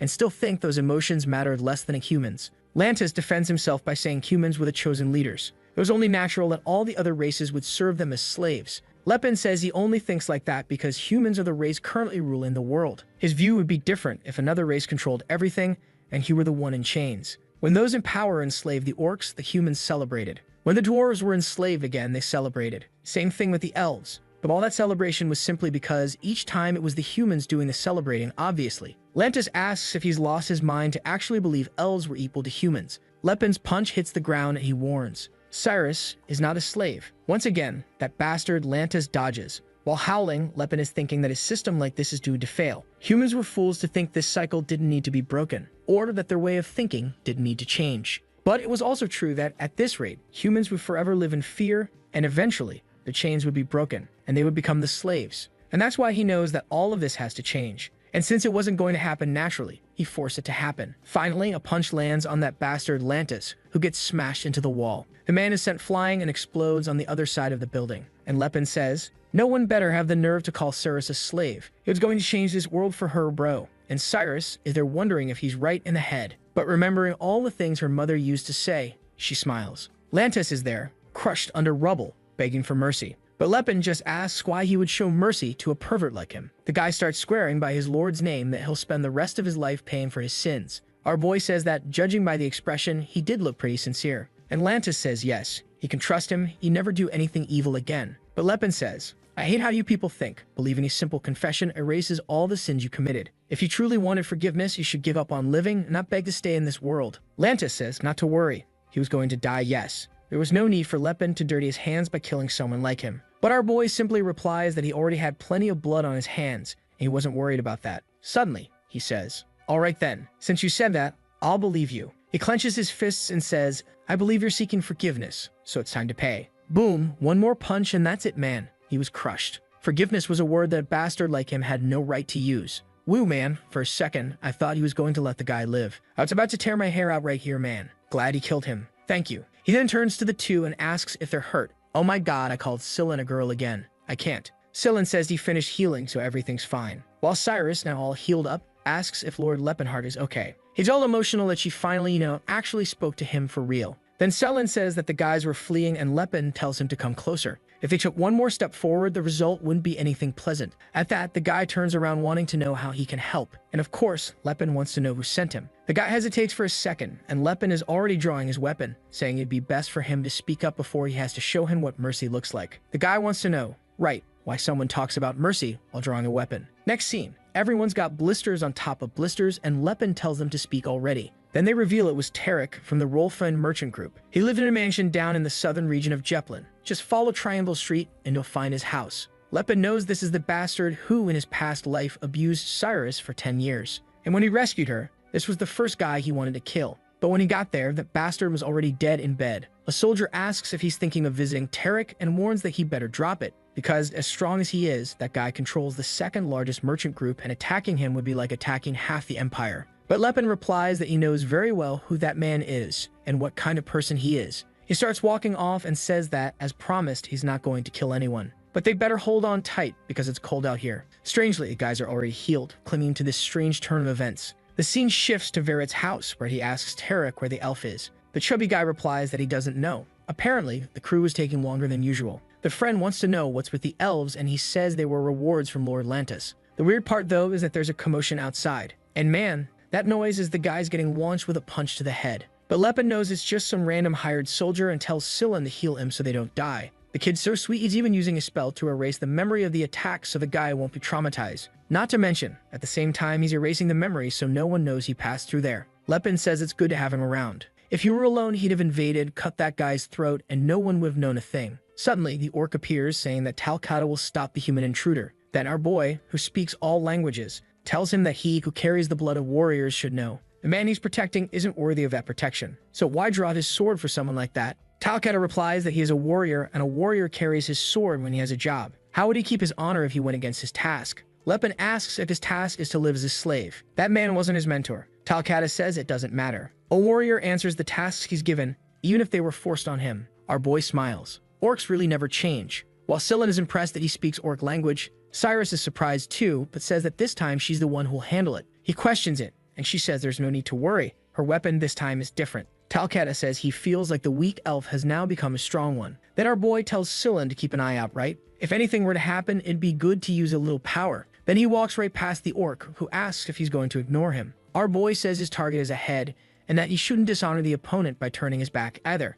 That works on the orc, who says that actually makes a lot of sense and lets our boy pass. Near one of the doors, Lepin immediately recognizes the smell. These were the famous drugs the nobles liked. Then he opens the door and his expression instantly changes. Man, there's blood all over the curtains, and the two weirdos turn around asking who the hell this bastard is. They start shouting for the guards, wanting to know why that guy entered the room. Lepin then says that he's seen all kinds of filth in life, but this was something that even he couldn't believe. The drugs keep spilling out of the jar, and Tarek gets up wanting to know who he is and what he thinks he's doing there. The protagonist, though, just looks down at the floor and sees a bunch of dead elf girls. Right away, his expression is one of someone who is happy. Tarek starts calling for Talcata, asking where the guards are. Seeing that no one's coming, he asks how much money the guy wants. Maybe he wanted a share of the market, or maybe he was from the Tavan merchants. None of that, though, mattered. He just had to say the amount, and Tarek would double it. Lepin then says that clearly, he's been living like this his whole life. He may have missed the chance in the last life, but this time was going to be different. First punch to the stomach, and he's already vomiting everything he ate. The fat guy's wondering what he did to deserve something like this. Lepin grabs him by the hair and says he's the bastard who tormented Cyrus. Man, I think he shoved his hand inside him and ripped him from the inside out. The blood splashed all over the other fool, Verret, who's standing there yelling that he's crazy. He had killed the man with his bare hands. Lepin says that for people like them, who don't see slaves as human, that should even seem unfair. And the idiot is still trembling, saying, "You killed a man, you're a murderer. What are you?" He still has the nerve to say he lived an honest life, and not an ounce of shame for all he's done. At the door, Cyrus and Scylla are just watching. They see the body on the floor, and Cyrus says that was brutal. Lepin then says that the other guy deserves an even worse death. Stylen steps in, saying he agrees. Then the little elf girl comments that he seemed pretty calm about it. Our femboy replies that he's been an adventurer for a while, so he's used to it. Then he smiles and says that Cyrus managed to beat Talcata. The poor guy said she was so strong he didn't even have a chance. Lepin uses his perception and realizes that the orc who seemed half dead there could still be saved. At that moment, Verret yells out, saying he remembered the damned girl. She was the slave he had returned. Cyrus, however, wants to know if it was him who killed that girl on the floor. He says that doesn't matter, and she starts drawing her sword, warning that his life wasn't worth that girl's, but that was the minimum to be paid. Verret replies that it made no sense to be killed over a simple slave. But man, he already got cut, apparently. No time for much talking, stabbed again. As she spins the sword, Lepin is just watching. The girl's rage wasn't small. Sometime later, under the moonlight, in the middle of the forest, all the slaves had gathered around a campfire. Talcata says there were 17 elf women and 9 orcs. These were all the slaves who survived in the mansion. Cyrus thanks him. He says there's no need. His sword had been broken, and now her master was his master too. Stylen comments that in terms of gender, yeah, it's a bit unbalanced. And the reason is obvious. There was no such thing as a male elf slave. The pointy-eared folks are all snuggled up, chatting in elven tongue, which no one understands, while Cyrus thinks that maybe she misjudged who Lepin really is. He then shows up, apologizing for taking so long. Stylen wants to know what that is in his hand. He says it's the document of all the slaves. It wasn't easy to find since it's something important. Stylen asks how he managed to find it, and Lepin replies, "Easy. You just get the right person and suddenly the thing shows up." The femboy comments that he really acts like a careless idiot. Poor guy says that in 50 years of life, no one's ever said anything like that to him. And he realizes, yeah, in this life he's being way more reckless. Apparently, the rough personality had taken over. Stylen wants to know what the document is for. Lepin says, "You'll find out soon enough." Then he shows it to everyone and says he doesn't want anyone there to keep living as slaves. So starting today, he guarantees freedom for all of them. But this group, right man, who were born and lived their whole lives as slaves, are a bit confused. What does freedom even mean? They don't even understand it. Poor things. They say the new orders from the master are too complicated. Our boy is there, disheartened, right man. They didn't even understand the concept of freedom. Stylen wants to know if he plans to become a slave trader. Lepin says obviously not. He has no intention of selling these people. Stylen asks him not to give up being an adventurer, to not just live a life sitting still. But our boy says that now they carry the Rolfing seals, so they no longer belong to Tarek. That was kind of just a way to ensure these people had a safe place to live. He knew the sad part was that they didn't have a home or place to return to, and that's why they had no desire at all to be free. Just throwing them out into the world would be the worst thing, and that's why he was going to first start changing how they think. The scene then shifts to Sebul's trading post, who's there asking why all of Tarek's slaves are now with him. Our boy says he'll find out soon, but for now what he wants is for Sebul to take them, hide them, and keep them safe. He was going to receive some interesting news tomorrow, and then Sebul would know the truth. But he better hide them well, because otherwise he'd be the main suspect. Sebul is too scared to ask what happened. Then Lepin tosses in 100 coins and says that's to cover the costs for these people. The guy thinks our boy just robbed the mansion. Imagine when he finds out the truth. So he says he has a place outside the city of Jeplin, where his other slaves live and no one would suspect a thing. But Lepin says he only wants that place if it means no one will be mistreated. Sebul says not to worry, but without gold coins it might be too much. That's when Lepin tells him this money is to guarantee their education. Of course, the guy finds that strange, right? He says they must have already received plenty of training under Tarek. But what Lepin wants isn't training. He wants them to learn how to read numbers, write, study philosophy, history, all that. The man is confused. He's never heard of slaves receiving that kind of education. Why do something like that? Lepin, though, says it's not so strange if you think about it. The more skilled the slave, the better it is for the master. But Cybolt, right man, sees it differently. To him, a slave can't even learn something like that. So Lepin replies, doesn't matter. I'm the one paying, so just make sure they get the education. Whether it's worth it or not, doesn't matter to me. Even though he finds it weird, the guy accepts. The only problem is that few academies would accept an offer like that, which scholars would want to spend their time teaching non-humans. But that's something Lepin had already thought about. He says those scholars also teach regular people, and regular people need money. Those are the ones they'll hire. The guy thinks it's madness.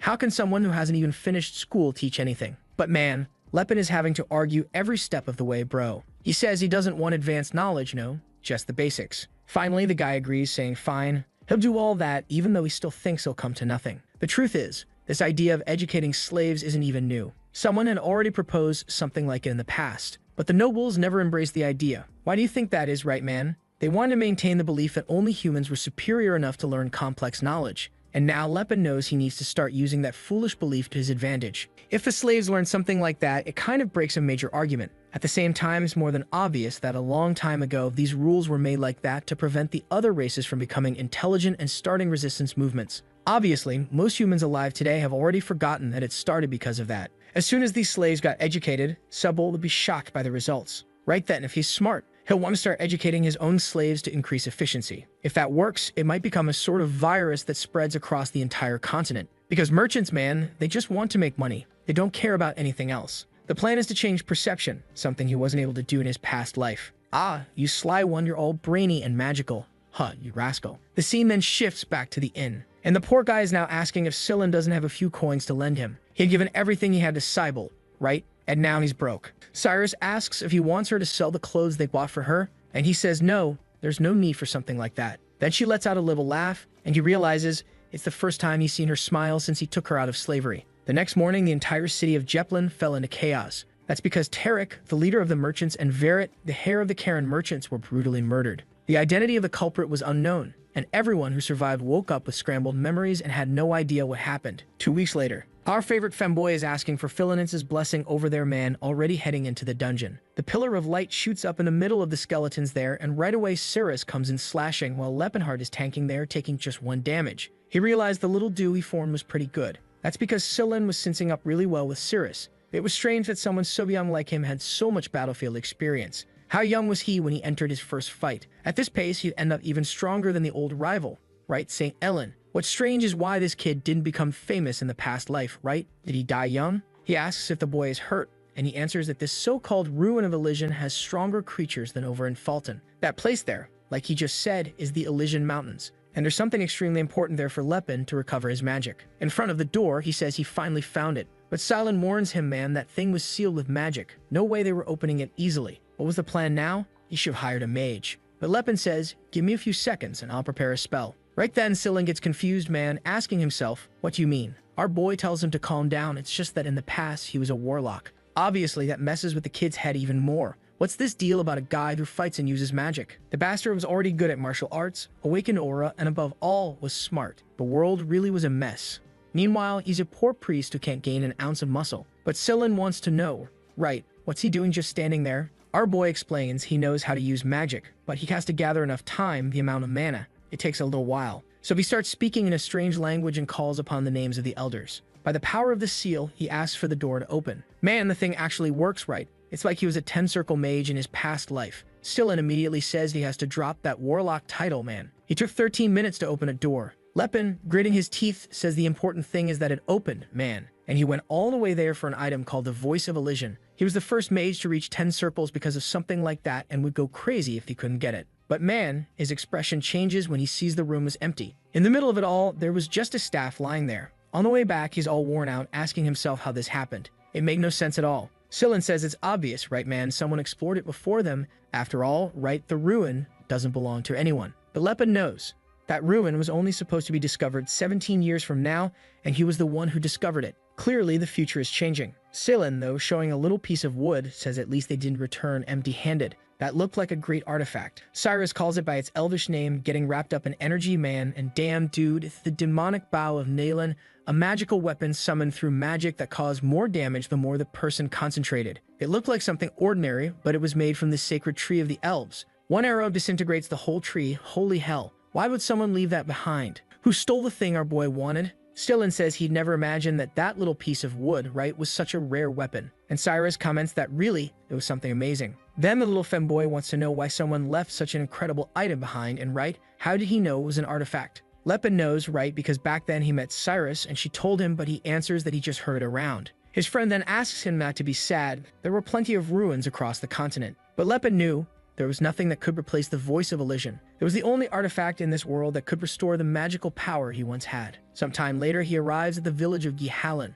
and man, the boys were served a feast. The tough cook says she hopes they enjoy it a lot, but not to the point of running them out of food. They're all complimenting it, and she says their cook really is very good. It was just a shame that recently, there had been some arrogant folks around who wouldn't stop complaining about the food they served. Sillin asks who those people were, and she answers that it was some knights from a noble family who passed through there a week ago. They said something about exploring some ruins nearby. Right away, Lepin is already handing over a coin and telling her to tell him more about it. She says Viscount Calburn came with an expedition team. The strange thing was that everyone on the team seemed much stronger than him. In fact, there was a knight clad in gold from head to toe. You could tell he was strong just from how brightly the sword shone and how the armor reflected. But at least he was a really respectful guy. Lepin knows very well who the famous knight with the shiny outfit is, dude. Then the scene shifts to a castle, where someone thanks this captain, Eustace, for his work. He replies that it was all thanks to Viscount Calburn. But the Viscount says, come on, my boy, it's thanks to your reputation and everything the Knights of the Golden Kingdom are doing in this region. It was an honor to witness your skills up close. Eustace says it was nothing much and then announces that, as promised, a third of the artifacts will go to him. And obviously now our protagonist must already be heading in the direction of these guys.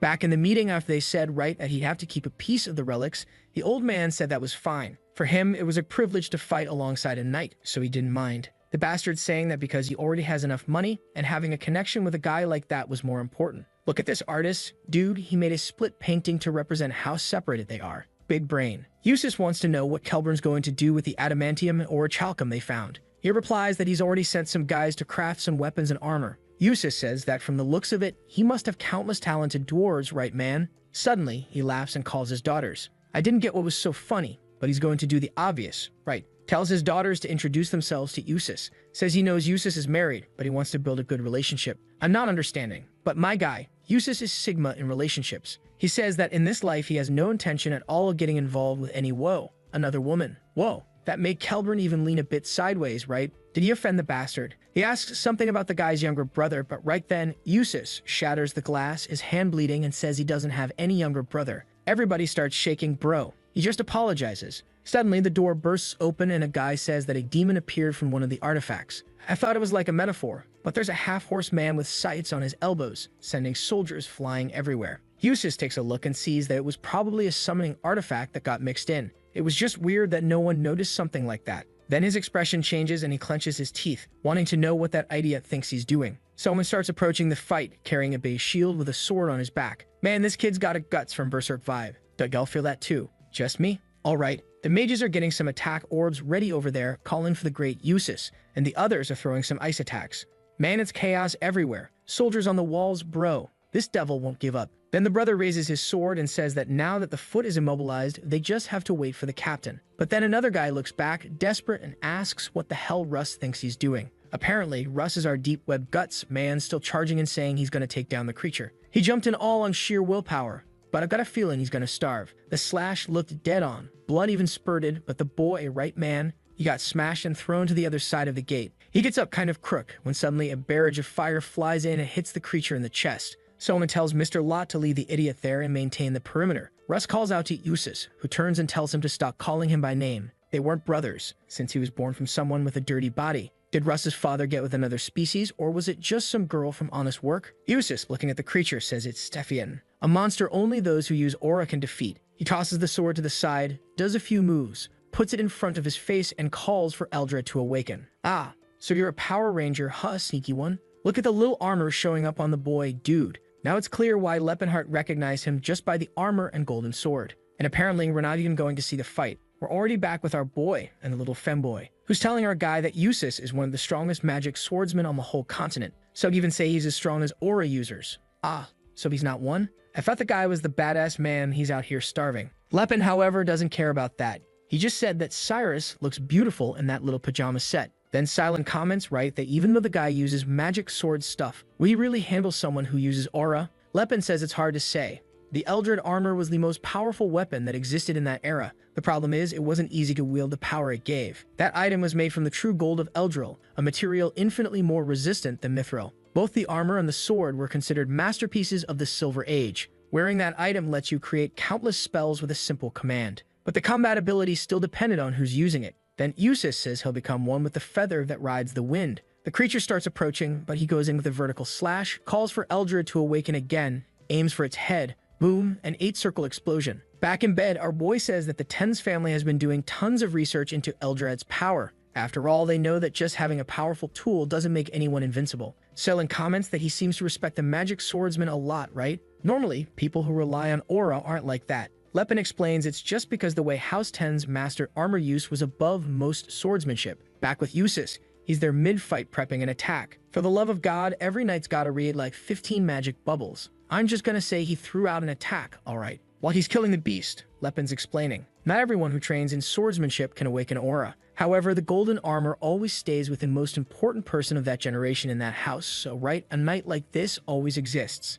That's why this guy's house is so powerful. They're guaranteed to have a knight in every generation who's as strong as an aura user. He comes in for another attack now, this time calling for the blessing of the goddess of ice, and finally seems to open a crater in the beast's chest, and everybody celebrates. While he's there in his swag after killing the monster, Lepin's in bed wondering if he could beat that guy. Silin asks if our boy's planning to fight the Tens family. Lepin says no, but he has to recover the artifacts. Silin dan him is way too honest. He says he helped our boy before, right, because it was kind of the right thing to do, freeing those slaves who were suffering. On the other hand, House Tens had honestly explored the ruin and took the artifacts, so right, there was nothing wrong with what they did. If you were to take them now, it would be the same as stealing. Lepin realizes he'll have to convince the damn kids somehow, and so he says he's going to reveal the truth, that they're companions. Apparently, he mentioned right about having Master Gerard and said that he needs to retrieve the artifacts the Master hid in the dungeons, and one of them was that one. Poor Silin's over there thinking, right, that it makes sense, right? Our boy argues that of course it does, otherwise how would he know the paths and everything else? He feels bad for having to lie to Silin, man, but he just can't help it. Dude, he needs those artifacts. The kid, though even being deceived, says he finds it strange. No matter how valuable those items were, Lepin didn't seem like the kind of person who wants to steal from others, which makes him realize that he really must need whatever it is. That damn femboy can't be fooled, right, man? Lepin just says he really needs it. Back with Usus, a brown officer is showing up there praising him, saying it was incredible, wasn't it? Sephian didn't stand a chance against the Golden Knight, but Usus just tells them to clean everything up and stop bothering him. Then he glances at Russ and man, I'm already feeling sorry, and says that someone who can only do a vertical slash is useless. He should stop going around saying he belongs to the House of the Sword of Tens. That thing about only doing vertical slashes, doesn't that come from a story or something? Like the Lazy Noble, don't know if you've seen that one where he, right, only does that, just vertical slashes. And he's a beast, huh, dude? Russ is there saying that he still belongs to the house and to the sword he carries too. Next day, there he is again doing his downward slashes. At least the guy's determined, right, dude? The guys show up in the morning wanting to know why he did that stupidity in the middle of the fight yesterday. He goes back to training and answers that he was trying to kill the demon, obviously. The guys say he's an idiot. Why do you think anyone was asking for his help? All he had to do was wait for the captain. Russ turns around and says, I am also from House Tens, and if you have a problem with that, just challenge me to a duel, I'll accept. I thought the guys would actually challenge him to a duel, but they just said he was a bastard and walked off. The story says Russ, he's strong, but he only learned one single skill, the downward slash, right man, and the breathing technique. Wait, so that's two already now? Any sword master who saw his downward slash would say it was a magnificent skill, but besides that, right, he had absolutely nothing else. House Tens may have forgotten the true way of the sword, but as a noble house of knights, even their guards were very skilled. But for some reason, dude, Russ's father was there saying he couldn't teach him anything. Ah, that's because all the vassals, everyone in the house, was against teaching techniques to an illegitimate child. The father says that that was the fragment of the path of the sword. Those were the movements that would lead someone to the path of aura. Maybe one day he could awaken that power they lost long ago. Got it. So even with everyone against it, the father gave him the tip about the downward slash. And Russ, since then, dude has been on that grind. The boy's focused, huh, dude? The problem is that House Tens, which once was considered the one with the most powerful swordsman, now right, had this kid there who didn't do anything. Everyone considered him pathetic and said he only made the house's reputation even worse. At the window, Eustace watches and says that this pathetic excuse of an attack wasn't going to take him to the highest level of swordsmanship. That's because all the other fragments of the path of the sword had already been lost. Unfortunately, his brother was an idiot, but still, that child. Ah, so you think you're Itachi now, huh? Sitting by the window playing the edgy villain, and when the boy gets close you pretend you don't like him. But you do like the kid, don't you, you sly dog? Russ is over there exhausted, focused, and yelling. And Eustace from afar says he's a genius. Now I don't know if he likes the boy, if he doesn't like him, if he thinks he's a genius, or if he thinks he sucks. I'm confused. What I do know is that there's a Leopard out there in his cloak dude moving through the forest saying it's better to try and sneak in this time. What's making him angry is that damn Viscount has a gigantic castle. No wonder. That's the home of the guy who controls all the mines in the region. The poor soldiers were there like, ah, shift's over, time to rest. And then bam, got smacked in the back of the neck by Leopard and went night-night. While the two of them are walking down the hallway, talking about the knights about the guy with the armor. What they don't notice is that there's a Leopard up in the ceiling dude, asking himself why he's suddenly living like a gecko. But he moves along going from pillar to pillar and realizes that the life of a thief isn't that bad after all. Maybe he was born talented for this. Already seeing the guys in front of the door, he knows the ones with the slightly better armor belong to House 10s. But the first one already takes an elbow to the gut, and the other goes down in a rear naked choke. He ties the suckers up, walks up to the door, and notices that unfortunately, it's got heat and motion detection. He can spot it easily. The bad part is that it's kind of hard to disable. On the other hand, if it's a magical barrier, it has to be powered by some kind of core. He sees a stone on the floor, and when he picks it up, he notices some markings. As soon as he destroys it, the barrier drops, and there he is inside the hall. Right away, he starts recognizing the harp and other items. It was all the stuff from that place. He notices the order and names are a bit wrong, right? Like whoever touched it didn't know what they were grabbing. He's zooming through the corridor, knocking everyone out, but the hard part is holding back so he doesn't kill anyone. The mages are casting some kind of fireball spell, man, and our boy grabs a dude and uses him as cover. The guy calls him a monster, but our boy knew that guy's clothes had magical protection. The guys rained down a volley of arrows, which on Lepin's body felt like someone threw water. The problem is, suddenly some kind of liquid-like chains hit him and start clinging to his body. Lepin's impressed. They already realized they can't capture him, so now they're just trying to immobilize him for a while. It was hard to admit, but these knights really were trained. That's when someone slams a shield on the ground. Russ comes running and says he's gonna make him suffer by the sword of 10s. Another soldier tells him to fall back, while Lepin wonders, what the hell does this idiot think he's doing? Man, the problem is, he's coming in hot with that downward slash dude. Strangely, Lepin seemed to know who Russ was, he just couldn't remember exactly. The steps were normal, the body was normal, but that downward slash was surreal. The attack looked like it landed clean, but my god, right dude? Lepin just used the chain to stop the sword and gave him one to the ribs, Snap's fingers, that sent the boy spinning. Our boy's confused, wondering how it's possible for someone to have such a powerful downward slash and at the same time be so bad at fighting. He was the most weirdly unbalanced person he's ever seen. But right then, someone starts giving a speech. Dude, you already know it's gotta be that damn Eustace. Our boy defends himself, but the problem he didn't want to face shows up, the damn Golden Knight, who says it's strange that someone so skilled would be invading people's homes to steal. Lepin replies right that he has his reasons, man. Obviously, though, the guy says the reasons can wait till later. And our boy's already charging in dude. At the Academy of the Undefeated, they teach that whoever strikes first wins. Eustace charges in too.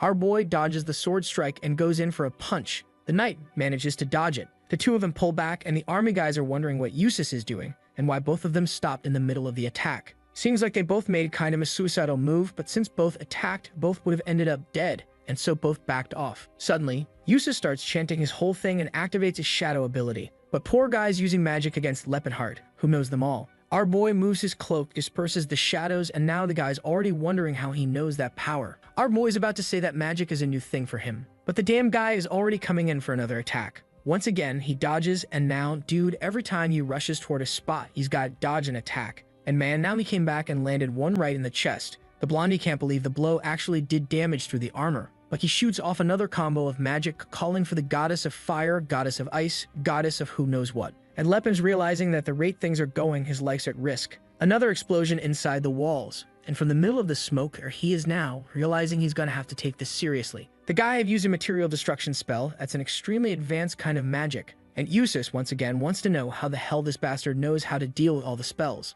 The only way a human could fight him on equal footing would be if the person was an aura user. Then he activates a decomposition ability and a purplish toxic mist forms around Lepin. But he also knew that you could neutralize that with a simple air shift. One stomp on the ground, the attack breaks, and he's already face to face. Clean hit, he manages to block again with his sword, and the bastard is still thinking about whether our boy has aura, right man? But now he says things are going to be different. He's sure now the guy knows how to use aura, so he's going to respond accordingly. While dodging the attack, Lepin thinks that this damn magic really is dirty. In his past life, he always thought it was only fighters who use sneaky little tricks, but now he realizes that's not quite how it works. From afar, the other knights are just watching everything explode. Meanwhile, Eustace wants to know why an aura user is acting like this. That's because our boy isn't even using all of his power, since the techniques are kind of easy to identify. He didn't want to associate this theft with his master's academy. And Eustace starts noticing. He had the physical prowess and the power of an aura user. So why wasn't he using aura? If that was the case, he was going to lose there without doing anything. So then he calls for Eldrad and Eldrin to awaken. I think that's the armor and the sword. In the very same second, Lepin realized the danger had arrived, and the bastard's charging at him with everything he's got. Strangely, Lepin looks at it all and thanks the guy for being the Golden Knight. The attack looked like it was going to land straight on, but hit a barrier. Our boy had activated the Spiral Guard. Yeah, I remember he had learned that one, right? It took him longer to learn. It's what the teacher said. A blinding flash clouds everyone's vision while the brother is calling for Eustace. Boom, explosion, and from the middle of the smoke, our boy was already out to there. The sucker is talking to himself like, that's impossible. How did this guy block that ability? And man, our boy did block it, but came out wrecked. The Spiral Guard activated too late. He jumped off the top of the building toward the river. One of the soldiers asks if Eustace is okay, to which someone responds that they urgently need to find out which artifacts were taken. On top of that, they were supposed to deploy a team to track this guy down. They couldn't let him escape. The guy says right, that if someone jumped from that height, he'd be dead. But Eustace knows that someone like him would never die from something like that. Suddenly, Cyrus wakes up in the room. She gets up startled, saying something's wrong, and Scylla asks what happened. She says she can't explain it, but she has a bad feeling that something happened to Lepin. Dude. Next day, they're already talking about capturing the two little bandits. And Cyrus is on the run, while Scylla is saying he's a real man, masculine, he can't be carried around like that by some ordinary lady. We see a soldier giving a coin to a guy. That's because the whole town's been tasked with tracking them down. Man, what is this attack on Titan going on here? Everyone on the rooftop shouting at the intruder to stop moving. She had nowhere to run, so she was supposed to drop her weapons. But man, Cyrus just pulled out that legendary bow and bam, right in the face. Eustace asks what's going on, and the guy apologizes, saying that for some reason, all these bandits were very skilled. He says it's all right, he'll handle it from here on out. Cyrus calls for Scylla, right, telling him to hop in her arms again. And the poor guy is over there wondering when Lepin's gonna start his muscle training. At that moment, they hear someone calling for the Blade of Wind. Definitely must be the announcer guy again, shouting out all the powers. And Cyrus is already running off carrying Scylla. What is this? The guy has golden armor, golden sword, and he floats. And our bronze elf girl recognizes him right away, man. And Eustace finds it strange that an elf was carrying such an expensive blade like that. Here comes the femboy buff dude giving him the courage of a lion. And Eustace notices that this weird little group wasn't just some common bandits. Our femboy is thinking that Dan Lepin underestimated these guys and now dragged everyone into this mess. Man, in 1 second, Eustace was face to face with Cirrus. Poor girl managed to block but got thrown far. I didn't really get how we got here, right? But man, I imagine soon enough they'll all connect. We then see that after falling into the river, our boy woke up all bandaged up. And going up against that guy without using all of his techniques clearly was a stupid idea. But whatever. The result wasn't that bad. He managed to recover the voice of Elysium. What he wants to know is where is he? A little dwarf then appears and asks how he's feeling, introducing himself as Ethos. Our boy says his name, and the guy asks Taylor to bring him a bit of soup. The story makes a point of saying that this one is an adult dwarf, okay? She's a marriageable age. Why that info matters, I don't want to know. What Lepin does find strange is that dwarves usually aren't this friendly, right? So why this? But that doubt quickly fades when someone else appears. A priest who follows the god Alport named Gelfried, who welcomes him and says their savior has awakened. Lepin, right, is staring at him kind of confused, and the old guy already says that 6 years ago, prophecy was given to the high priest. The one with a body of steel and infinite knowledge would emerge from the dark path. He would be brought by the tears of the north. They would follow him, for he was destined to change the future and bring salvation. The explanation, right? The big smart guy was going to float out of the river currents and save them because he's the badass. That was the explanation the high priest gave to the dwarves. Our boy realizes that the look on the dwarves' faces summed it up. Yeah, this Alport is the god that the dwarves follow, and he's the one who gives the prophecies. And apparently a new one was given 6 years ago when he reincarnated in this world, which shows that once again this god is present in this timeline and is taking action. Apparently the guy was willing to support him once again even though he failed in his previous life. Truly a generous guy, or actually a generous god, right? So he asks if the dwarf healed a human just because of this prophecy, and the guy replies that he would never doubt the words of Alport. Sometime later, the little dwarf girl is saying that his recovery is amazing. He gets up and says it's thanks to the soup she made. The girl is staring at him all cute, wanting to know if she should call Gelfrid again. I'm thinking this dwarf girl might have some interest in other races. He starts walking off to find the guy, and she's clinging to his arm. Unlike the orcs, the dwarves manage to keep their culture even as slaves. That's because, right, their roles are different from other races. Among the enslaved, they're the only ones who get specialized work that humans can't do. The knight tells him to say how to find gold mines, and the dwarf says it's easy. You just listen to the voice of the earth. Simple as that. Because of these non-transferable skills, they kind of kept a certain status and managed to keep functioning as a society. The little dwarf girls, though, are feeling a bit unsure. One commenting that they said he's the savior, and the other saying, but he's human. That doesn't make sense. Lepin asks how many are there, and the clingy one says about 60. Then she comments that it's strange. It seemed like there weren't any men in that place. And she says it's because the men are all in the mines and mountains. Lepin knows that actually that's kind of tactic. Humans like to keep the dwarves separated, because if the men start a rebellion, right man, all they have to do is attack the women and children. Then we cut to the little dwarf guy welcoming him again, saying he looks like he's feeling better. Our boy asks not to be called savior, just Lepinhard is fine. Because Gelfrid explains that he doesn't really know why the boy is considered the savior either, but at least he could see in his eyes that he didn't see them as slaves.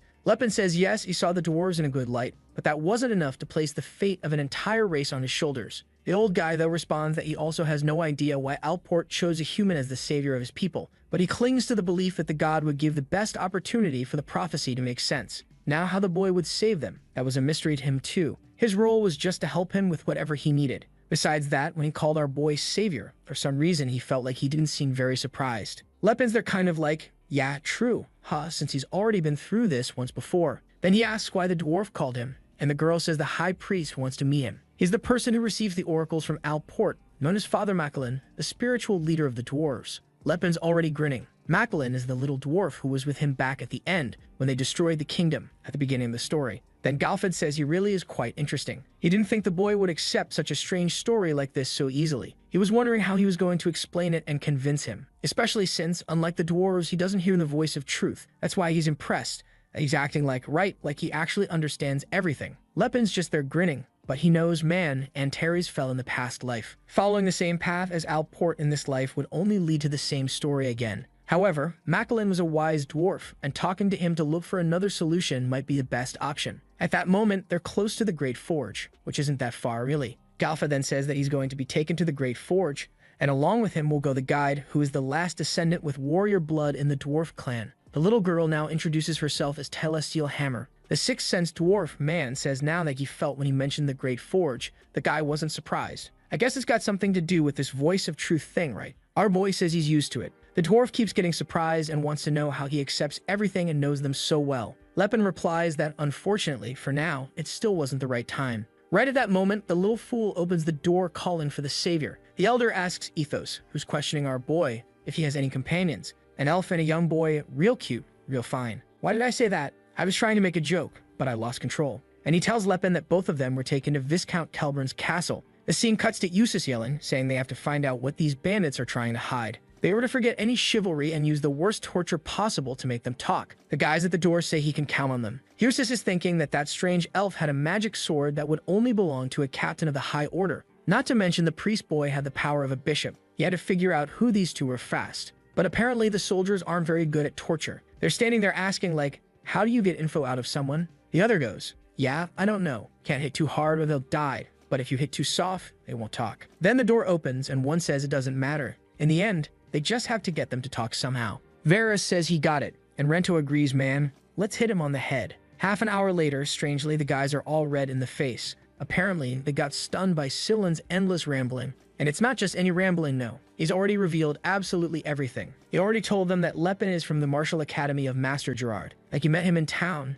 Man, wherever they want to know, he's spilling it. He's even talking about the training our boy went through and asking if they don't think it's impossible. Someone training for 6 years and suffering that much doesn't make sense, right? The guys are already on their knees like, tell us more. He's telling the old dude The speech bubbles are massive. He starts losing his voice, and one of the guys even offers him some water. He thanks him and says he'll keep going, not to worry. One of them even asks, "Dude, are you sure it's okay for you to be telling us all this? Where's your loyalty to your teammate?" Sillin replies that he's got nothing to hide. The guy pushes. "You sure, man? He's the successor to the Fist King. If people find out he's involved in theft, it'll ruin the team's reputation." But the little egg replies that if that bastard cared about reputation, he shouldn't have stolen anything in the first place. The guy agrees, yeah, that does make sense. Now that they've found out everything, they want to know where the stolen artifact went. That's when Sillin says that, unfortunately, that info he can't give because he doesn't have it, man. They stay to the house and Lepin still hasn't come back with the items he stole. The guy thinks he's lying and says that finally the bastard didn't tell them something and orders him to stop hiding. They're sure the group must have had a backup plan in case things went south. But Sillin just replies that they didn't make a backup plan because Lepin is an aura user, right man?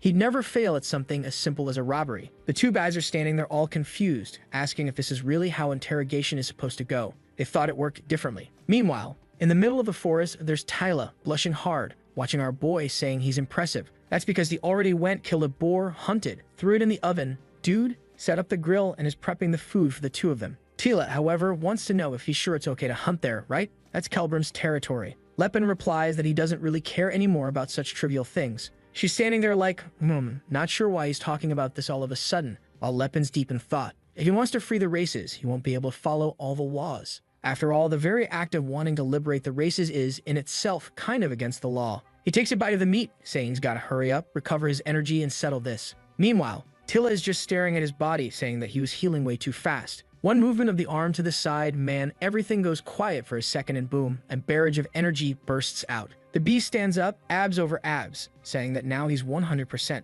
Back at the castle, there's Eustace, saying he knows it wasn't a coincidence. Out of all the artifacts, that guy didn't just happen to grab that one by accident. That young man knew something. Then we jump to a month earlier. Someone approaches and asks if he's Eustace the Golden Knight. He tells the guy to identify himself, who says that if he really is the heir of House Tens, he'll recognize that symbol. Upon seeing the crest, he knew it represented the Silver Sages. On the day Eustace became heir, his father revealed the secret passed down to all successors. It was exactly about these so-called Silver Sages, powerful beings capable of destroying nations. They carried all the world's knowledge and wisdom and had technology and magic far beyond what exists today. But they were few, lived in hiding, and never revealed themselves to mankind, except during times of crisis. Within the Silver Sages, even the king of a nation was considered someone mid-rank, and Eustace drops to his knees and salutes the guy, who hands him a scroll and says he'll trust that Eustace will explore the ruins of Elysium in the name of House Tens. He could keep all the artifacts except for one, the one he desired, the Voice of Elysium. However, he better know that if he failed, there would be consequences that could affect the fate of House Tens.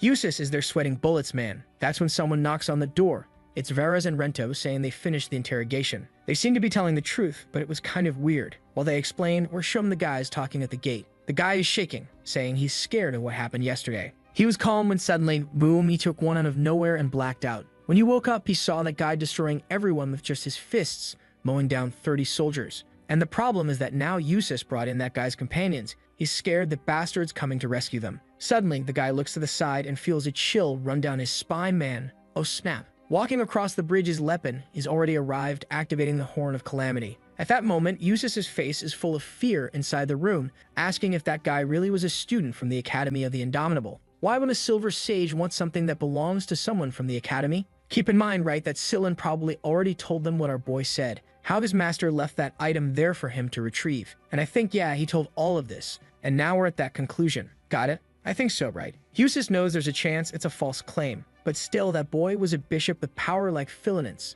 and someone so young with that level of sacred power surely didn't have the knowledge to fake this kind of stuff. To Eustace, those two were just pawns being used by that guy. And the problem is, they were now going to be abandoned without a second chance. How was he supposed to capture the damn Lepin if he already escaped? He could use the power of House Tens, but even then that would be meaningless, since the Voice of Elysium couldn't be recovered anymore. In the middle of that thought, dude, everything is interrupted by the explosion on the bridge. As soon as he looks out the window and sees it, he recognizes the Energy Man. The bastard was back. And our boy says he heard that his companions were being held in this place. Half the castle was already in flames, and the knights were shouting to show this arrogant fool the power of tens. The guys shout that today's fight won't be like yesterday's, and our boy says the same thing, dude. Today, he wasn't going to hold back. The guy sends Rento and Varys. Yep, the same guys who did the interrogation. But one attack from our boy, and the poor guys come flying back like pieces of trash. Our boy warns, Armor is useless against any strike that uses aura. At that moment, the priest over there starts asking the gods for blessings, preparing some magic, and now everyone's coming and buffing left and right. But Lepin just dodges, lands a punch to one guy's face, then calmly decks another in the face, one stomp on the ground, and everyone goes flying. The bastards don't stop though, man. Ice arrows, fire arrows, lightning bolts. Lepin's thinking, mages really are damn scum. One day he's gonna have to deal with these guys once and for all. He punches upward, kinda reflecting the attacks, and the guys go flying back. Lepin knows very well, mages lose focus easily, even from small injuries. With that dealt with, he moves on to handling the priest man. It's a little slap on the back, a light chokehold, a gentle smack on the cheek. The guys are calling him a coward while he laughs. The bastards were 50 against 1 talking like that. Lepin also knows how to deal with priests. You have to make them pass out as quickly as possible. That's because most of them start receiving more blessings the more hurt they are, so it's kinda bad to keep hitting them. The guys keep attacking with everything they've got, but there he is, standing still with arms crossed like a rock. The bastards already noticed. This time he was completely different from the night before. Then the commander turns around and asks why the hell Russ is just standing there. He was supposed to help the team. The guy's pissed. This brat always charges in when no one tells him to, and now that everyone's giving the order, he just stands there. But Russ, man, he's standing still because he's kind of in awe. That was the sight of a radiant light guiding the flow of strength. Sometimes it would expand and strengthen. Sometimes it would move as one. That was what was known as aura. Now he could see why he moved like that and why his power expanded that way. Finally, everything was as clear as crystal, and he naturally understood, something that had never been taught to him, or maybe could never be taught. Only those who reached the pinnacle of martial arts could understand the true movements. Now he understood what the behavior of a true master was, and the only thing he could do was admire. Then came a barrage of attacks. Our boy dives to the side, looks up, smiles, saying he took long enough. Eustace declares that in the name of House Tens, he wouldn't tolerate any more rebellious behavior. Look what you've done to all these knights. Lepin tells him to stop pretending to be surprised. He'd been hiding and watching for a while now. Eustace is stunned, wanting to know how he noticed, and Lepin already sees it. The guy has the magic armor that gives him power comparable to an aura user, but he's ignorant when it comes to sensory circles and aura expansion functions. He says he knows Eustace wanted to test his abilities, but sending his subordinates like that, man, that's harsh. The rumors said he was a noble and righteous knight, but it turns out he had a shady side too. The soldiers around are saying that Eustace would never do something like that. Lepin tells him to explain then, what took you so long? Were you in the shower or something? The poor guy's all twisted, saying he was just napping and woke up groggy, and that's why he didn't arrive right away. But he's already drawing his sword, saying it's fine. He would pay the price for tarnishing the name of House Tens. And here comes the bastard again in his Power Ranger transformation, Tornado right in front of Lepin, who says that this time he better not hold back. As soon as Eustace jumps in right man, he's already firing off his magic. I'm gonna read it once so you get an idea of how long this guy's spells are. The eyes of the assassin pierce through shadows, and the leopard's cry empowers his limbs. And with the dragon's sense, I gaze upon the world. It's like that. Oh man, I hope that wasn't it. The flow of purity form in the world shall empower my blade. All of that. For one attack, dude. And Lepin's just standing there waiting, bam, punches the sword. Way easier that way. Aura activated, straight up brawling, punches flying back and forth. The problem for our boy is that even with his body reinforced, he was still taking damage. Eustace seemed to notice some hesitation and launch more attacks. Thank God, this time without another speech. And off goes Lepin with that spiral defense, whatever it's called, man. At the same time he defended, he was already moving forward, clenched in. Meanwhile, back in the prison, you've got the two waifus of the story wondering what the heck is going on. Cyrus says that it's probably Lepinheart coming to save them, and Scylla replies that she likes to act all distant and cold, but she's pretty convinced he's coming for her. Kinda shy, she answers that she's not really sure how Lepinheart's mind works, but it seemed like he treated her a little too well. Scylla says maybe he really likes a little elf girl, to which Cyrus replies that she also thought at first it had something to do with race, or maybe he just liked a bit of adventure, who knows. But when she looks into his eyes, she can see something more. Scylla says that really, women's minds change when they fall in love. They all start thinking he's different, special, that he has something no one else does.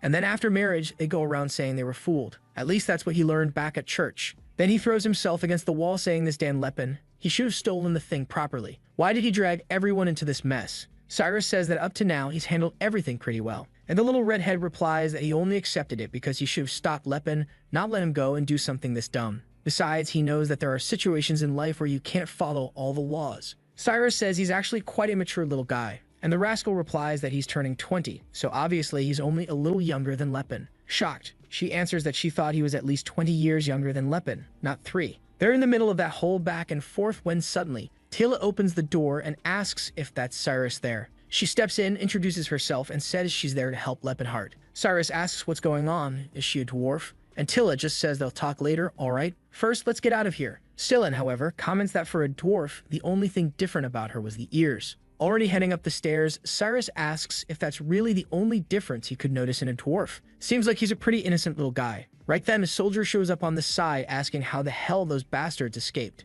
Man, in a second, Cyrus lands a thick-thighed knee right in the guy's face. While Tilla comes rolling in, totally chill, blocks the human's attack, grabs his weapon, and throws him across the room. Sillin comments, "Damn, she's strong, huh?" And she says it's normal. Dwarves are like that. Then she tosses something through the window and tells him to hurry up and go. The flare explodes in the sky, and our boy already knows that Tilla pulled it off. At the same moment, Eustace realizes everything up until now was just a trap, and our boy is there aura activated, saying, "Of course it was. Why would I enter through the front and draw so much attention otherwise?" But that just makes Eustace lose it even more, because Lepin still wasn't using all of his strength. He comes at him with another sword strike. Our boy dodges to the side, and now moves in to land one right in his face. The bastard still manages to defend and swears he won't be defeated like this. But now Lepin is advancing, without giving him any time to breathe. One more punch, it looks like it hits the ground just as the guy comes from behind. He launched an Edram attack, but our boy takes one step to the side, comes up from below and lands an uppercut right in the gut. But Lepin quickly noticed the sensation wasn't that of a normal body. The guy turned into a bunch of shadow, and several clones started popping up around him. But our boy, being a magic expert, knew that these illusions were simple to deal with. All he had to do was sense the presence of the real one. As skilled as Eustace was, he really didn't know how to fight someone who had aura. All the clones throw their swords into the air and start reciting the same speech. But in 1 second, Lepin's already face to face with one of them asking, "You the real one?" The punch lands clean in Eustace's stomach. He's shocked. How was he found? But to Lepin, man with aura and mage experience, that was easy. Still, the bastard doesn't give up. He prepares another attack, saying he doesn't know how, but the House of Tens will not fall. Fires off another one of those speeches while our boy just activates Spiral Guard. Another speech, Spiral Guard. Another speech, and you already know, right, dude? It's Spiral Guard, Spiral Guard, Spiral Guard. My god, when is this going to end? Eustace wants to know what the hell that ability of his is that reflects everything. Lepin says other aura users can't use this ability. Not because it's hard, but because it's extremely risky. Every aura user can expand their barrier in a uniform way around themselves for protection. The difference with the Spiral Guard is you spin your own aura together with your body. Normally, it rips a person's body to shreds, but his, right man, trained like steel, stays completely intact. The only problem is that it burns through a massive amount of aura. The upside, it blocks anything. Eustace wants to know who's backing him. Lepin steps aside and says, "That'd be my assistant, over there." Obviously, that just pisses off the poor guy even more, and he instantly calls for Eldred to awaken once again. Man, now the guy comes in with the final boss move, the Light of Eldril. Even Lepin tightens up. He knew that wasn't a move to joke around with. To counter that, you'd have to use his strongest ability too. Oh snap, he called in the Horn of Destruction. This time, he was going to counter it with an actual strike. And bam, here comes the punch of the 4 layers of the Horn of Calamity. The entire castle shakes. The fist that hit the sword shattered the armor. Eustace can't believe a skill like that exists, man, but he's still trying to resist. He realizes that the attack created a kind of explosion pattern, like a rock falling into a lake and sending out ripples. But instead of letting them fade, he gathered them into a single point. Even so, he was refusing to lose like that. Hoof, man. But the fist went straight through in the entire place. The mountain of muscles' clothes were already all ripped, and now the sucker went flying. Normally we say someone exploded into the wall, but this time it was literal dude. And the bastard's just standing there like a total Chad. Meanwhile, the rest of the army is trembling, wondering how the captain lost like that. The most powerful sword of House Tens had fallen. Walking toward the sword, Lepin comments that magical items do self-repair, though it'll probably take at least half a year. As soon as he picks it up from the ground, the guys yell that they knew he was a bandit. But he just hands it back to one of them, saying he had no choice but to destroy everything. That's when the soldier realizes he wasn't there out of greed. Lepin was thinking about taking that sword to Cirrus, but he knows there's another sword, the one she used in the past life, and it's way better. He waves goodbye to everyone, until someone points a blade at him and tells him to stay put. It was that bastard Russ saying it wasn't over until the entire house had fallen. His buddies are asking, like, "What do you think you're doing? That guy just beat your brother." The soldier's already thinking of kicking the bastard out, but Russ just walks forward. Lepin, watching, knows as the same guy with the downward slash. At least he didn't seem like much to worry about. Until suddenly the guy's blade gets completely surrounded by blue energy, and Lepin barely dodges. Worse still, the slash actually affected his body. The only explanation for that was that it was an aura blade. The guys asked Russ what the hell he did, and he says he simply reclaimed the Sword of Tens. At that moment, Lepin recognizes the color of that mana, a blue like the sky itself, and remembers the swordsman Cyrus, who came to defeat him, saying he would bring an end to that dark empire. When he says that name out loud, Russ asks how he knows it. Because yeah, his real name is Cyrus and Russ is the nickname. That name, Cyrus Montens, was given when he first began becoming a knight. But since nobody wanted to recognize him as a real soldier, they gave him that nickname, Russ. Lepin wonders how he didn't recognize this bastard sooner, since he knew he was from House Tens. Even though right now House Tens is known for the Golden Swordsman, 30 years from now it would be a different story, because they would have produced the legendary Stellar Swordsman. That would erase the old belief that House Tens relied only on magical weapons for their honor. Strangely, the rest of the group is all shy, wanting to know how he knows Russ's real name, and what's this business about calling him Stellar Swordsman. He's not that amazing, they say. The guy is totally red in the face, but the girl tells him to calm down. He must have been mistaken for someone else, don't worry. Obviously, none of that makes any sense, and Russ knows it. Meanwhile, Lepin realizes, this guy is very different from the one he met in the future. Truth is, age changes people, but the recklessness was still the same. The bastard charges again. This time, Lepin has to activate Spiral Guard, jumps into action, defends, and bam, punches him in the gut. But the bastard lands on his feet and reactivates his aura again. Lepin says that being able to use aura like that to defend, right after awakening, is impressive. The fight begins again, and now Lepin's the one being pressured, forced to dodge. And the worst part is it was hard to read his pattern. That's because in theory, every martial art has a foundation, a system built over years and years by martial artists. Even the technique Lepin learned from Gerard, right? It has its own manuscripts. Russ, though, was a wild beast, a classic swing and pray technique. What Lepin found strange is that even when someone fights like that, they usually leave openings, but that wasn't the case here. His attacks moved cleanly, but still didn't break any known logic. A genius like this shows up maybe once a century, and it's no wonder he was called the Stellar Swordsman. And it was with that talent, man, that Lepin suddenly remembered. Cyrus saying that Filthy Orc didn't stand a chance against his sword. That was the bastard who killed Tacid, one of Lepin's subordinates, and his friend. At that moment, Lepin loses it, says this guy is Tacid's enemy, and lands a clean hit on the sword, which instantly cancels Russ's aura. Man, looks like Lepin's about to take this seriously. But Russ still wants to charge in the same way. Right then, he prepares the move he's practiced millions of times. Lepin knew this was a guy who would become a sworn enemy. He had to kill him now and prevent that cursed future. Man, boom, hits him in the gut saying, "Glad I got to meet you this early." And bam, my dude, explosion sends the boy flying far. Swag out right there in the flames. But then the expression changes. Russ rises once more and says that he is from the House of Tens, and they would never fall. Lepin can't believe it. That punch was really meant to kill him. Unlike his fight with Eustace, this one man had zero intention of the other guy surviving. But even so, not only did he not die, he didn't even fall. He might as well be a corpse standing, but he was still standing. Lepin now asks himself, should I kill him or not? Logically, he wants to kill him. But there's something inside telling him he shouldn't. And it's not because Russ hasn't done anything wrong yet. He knows that even at this very moment with the strength Russ has, there's already a chance he could kill someone Lepin values. Getting rid of an enemy at a time like this would be perfect. But he also knows that Tacid, who had the soul of a warrior, wouldn't want something like that. He'd be furious to know that the one who defeated him had been killed and he didn't even get the chance to take revenge. So he says out loud that Tacid really would be mad. He turns around and says he's going to give him the chance to be spared, because Tacid will want that fight. Cyrus asks what he's talking about. Lepin just tells him to survive and get stronger. It was for Tacid's sake that he's walking away alive. In the past life, those two had fought multiple times, and every time they fought each other, their skills rose to even greater levels. You could say Tacid became the great orc warrior he did thanks to the battles with Cyrus. And if Lepin kills this guy now, he'd be affecting his friend's future too. With that, he just walks away, while the kid stays there frozen, watching. But, whoa man, he clenches his teeth and screams, bursting his aura and slamming his sword into the ground. The scene then shifts to the forest.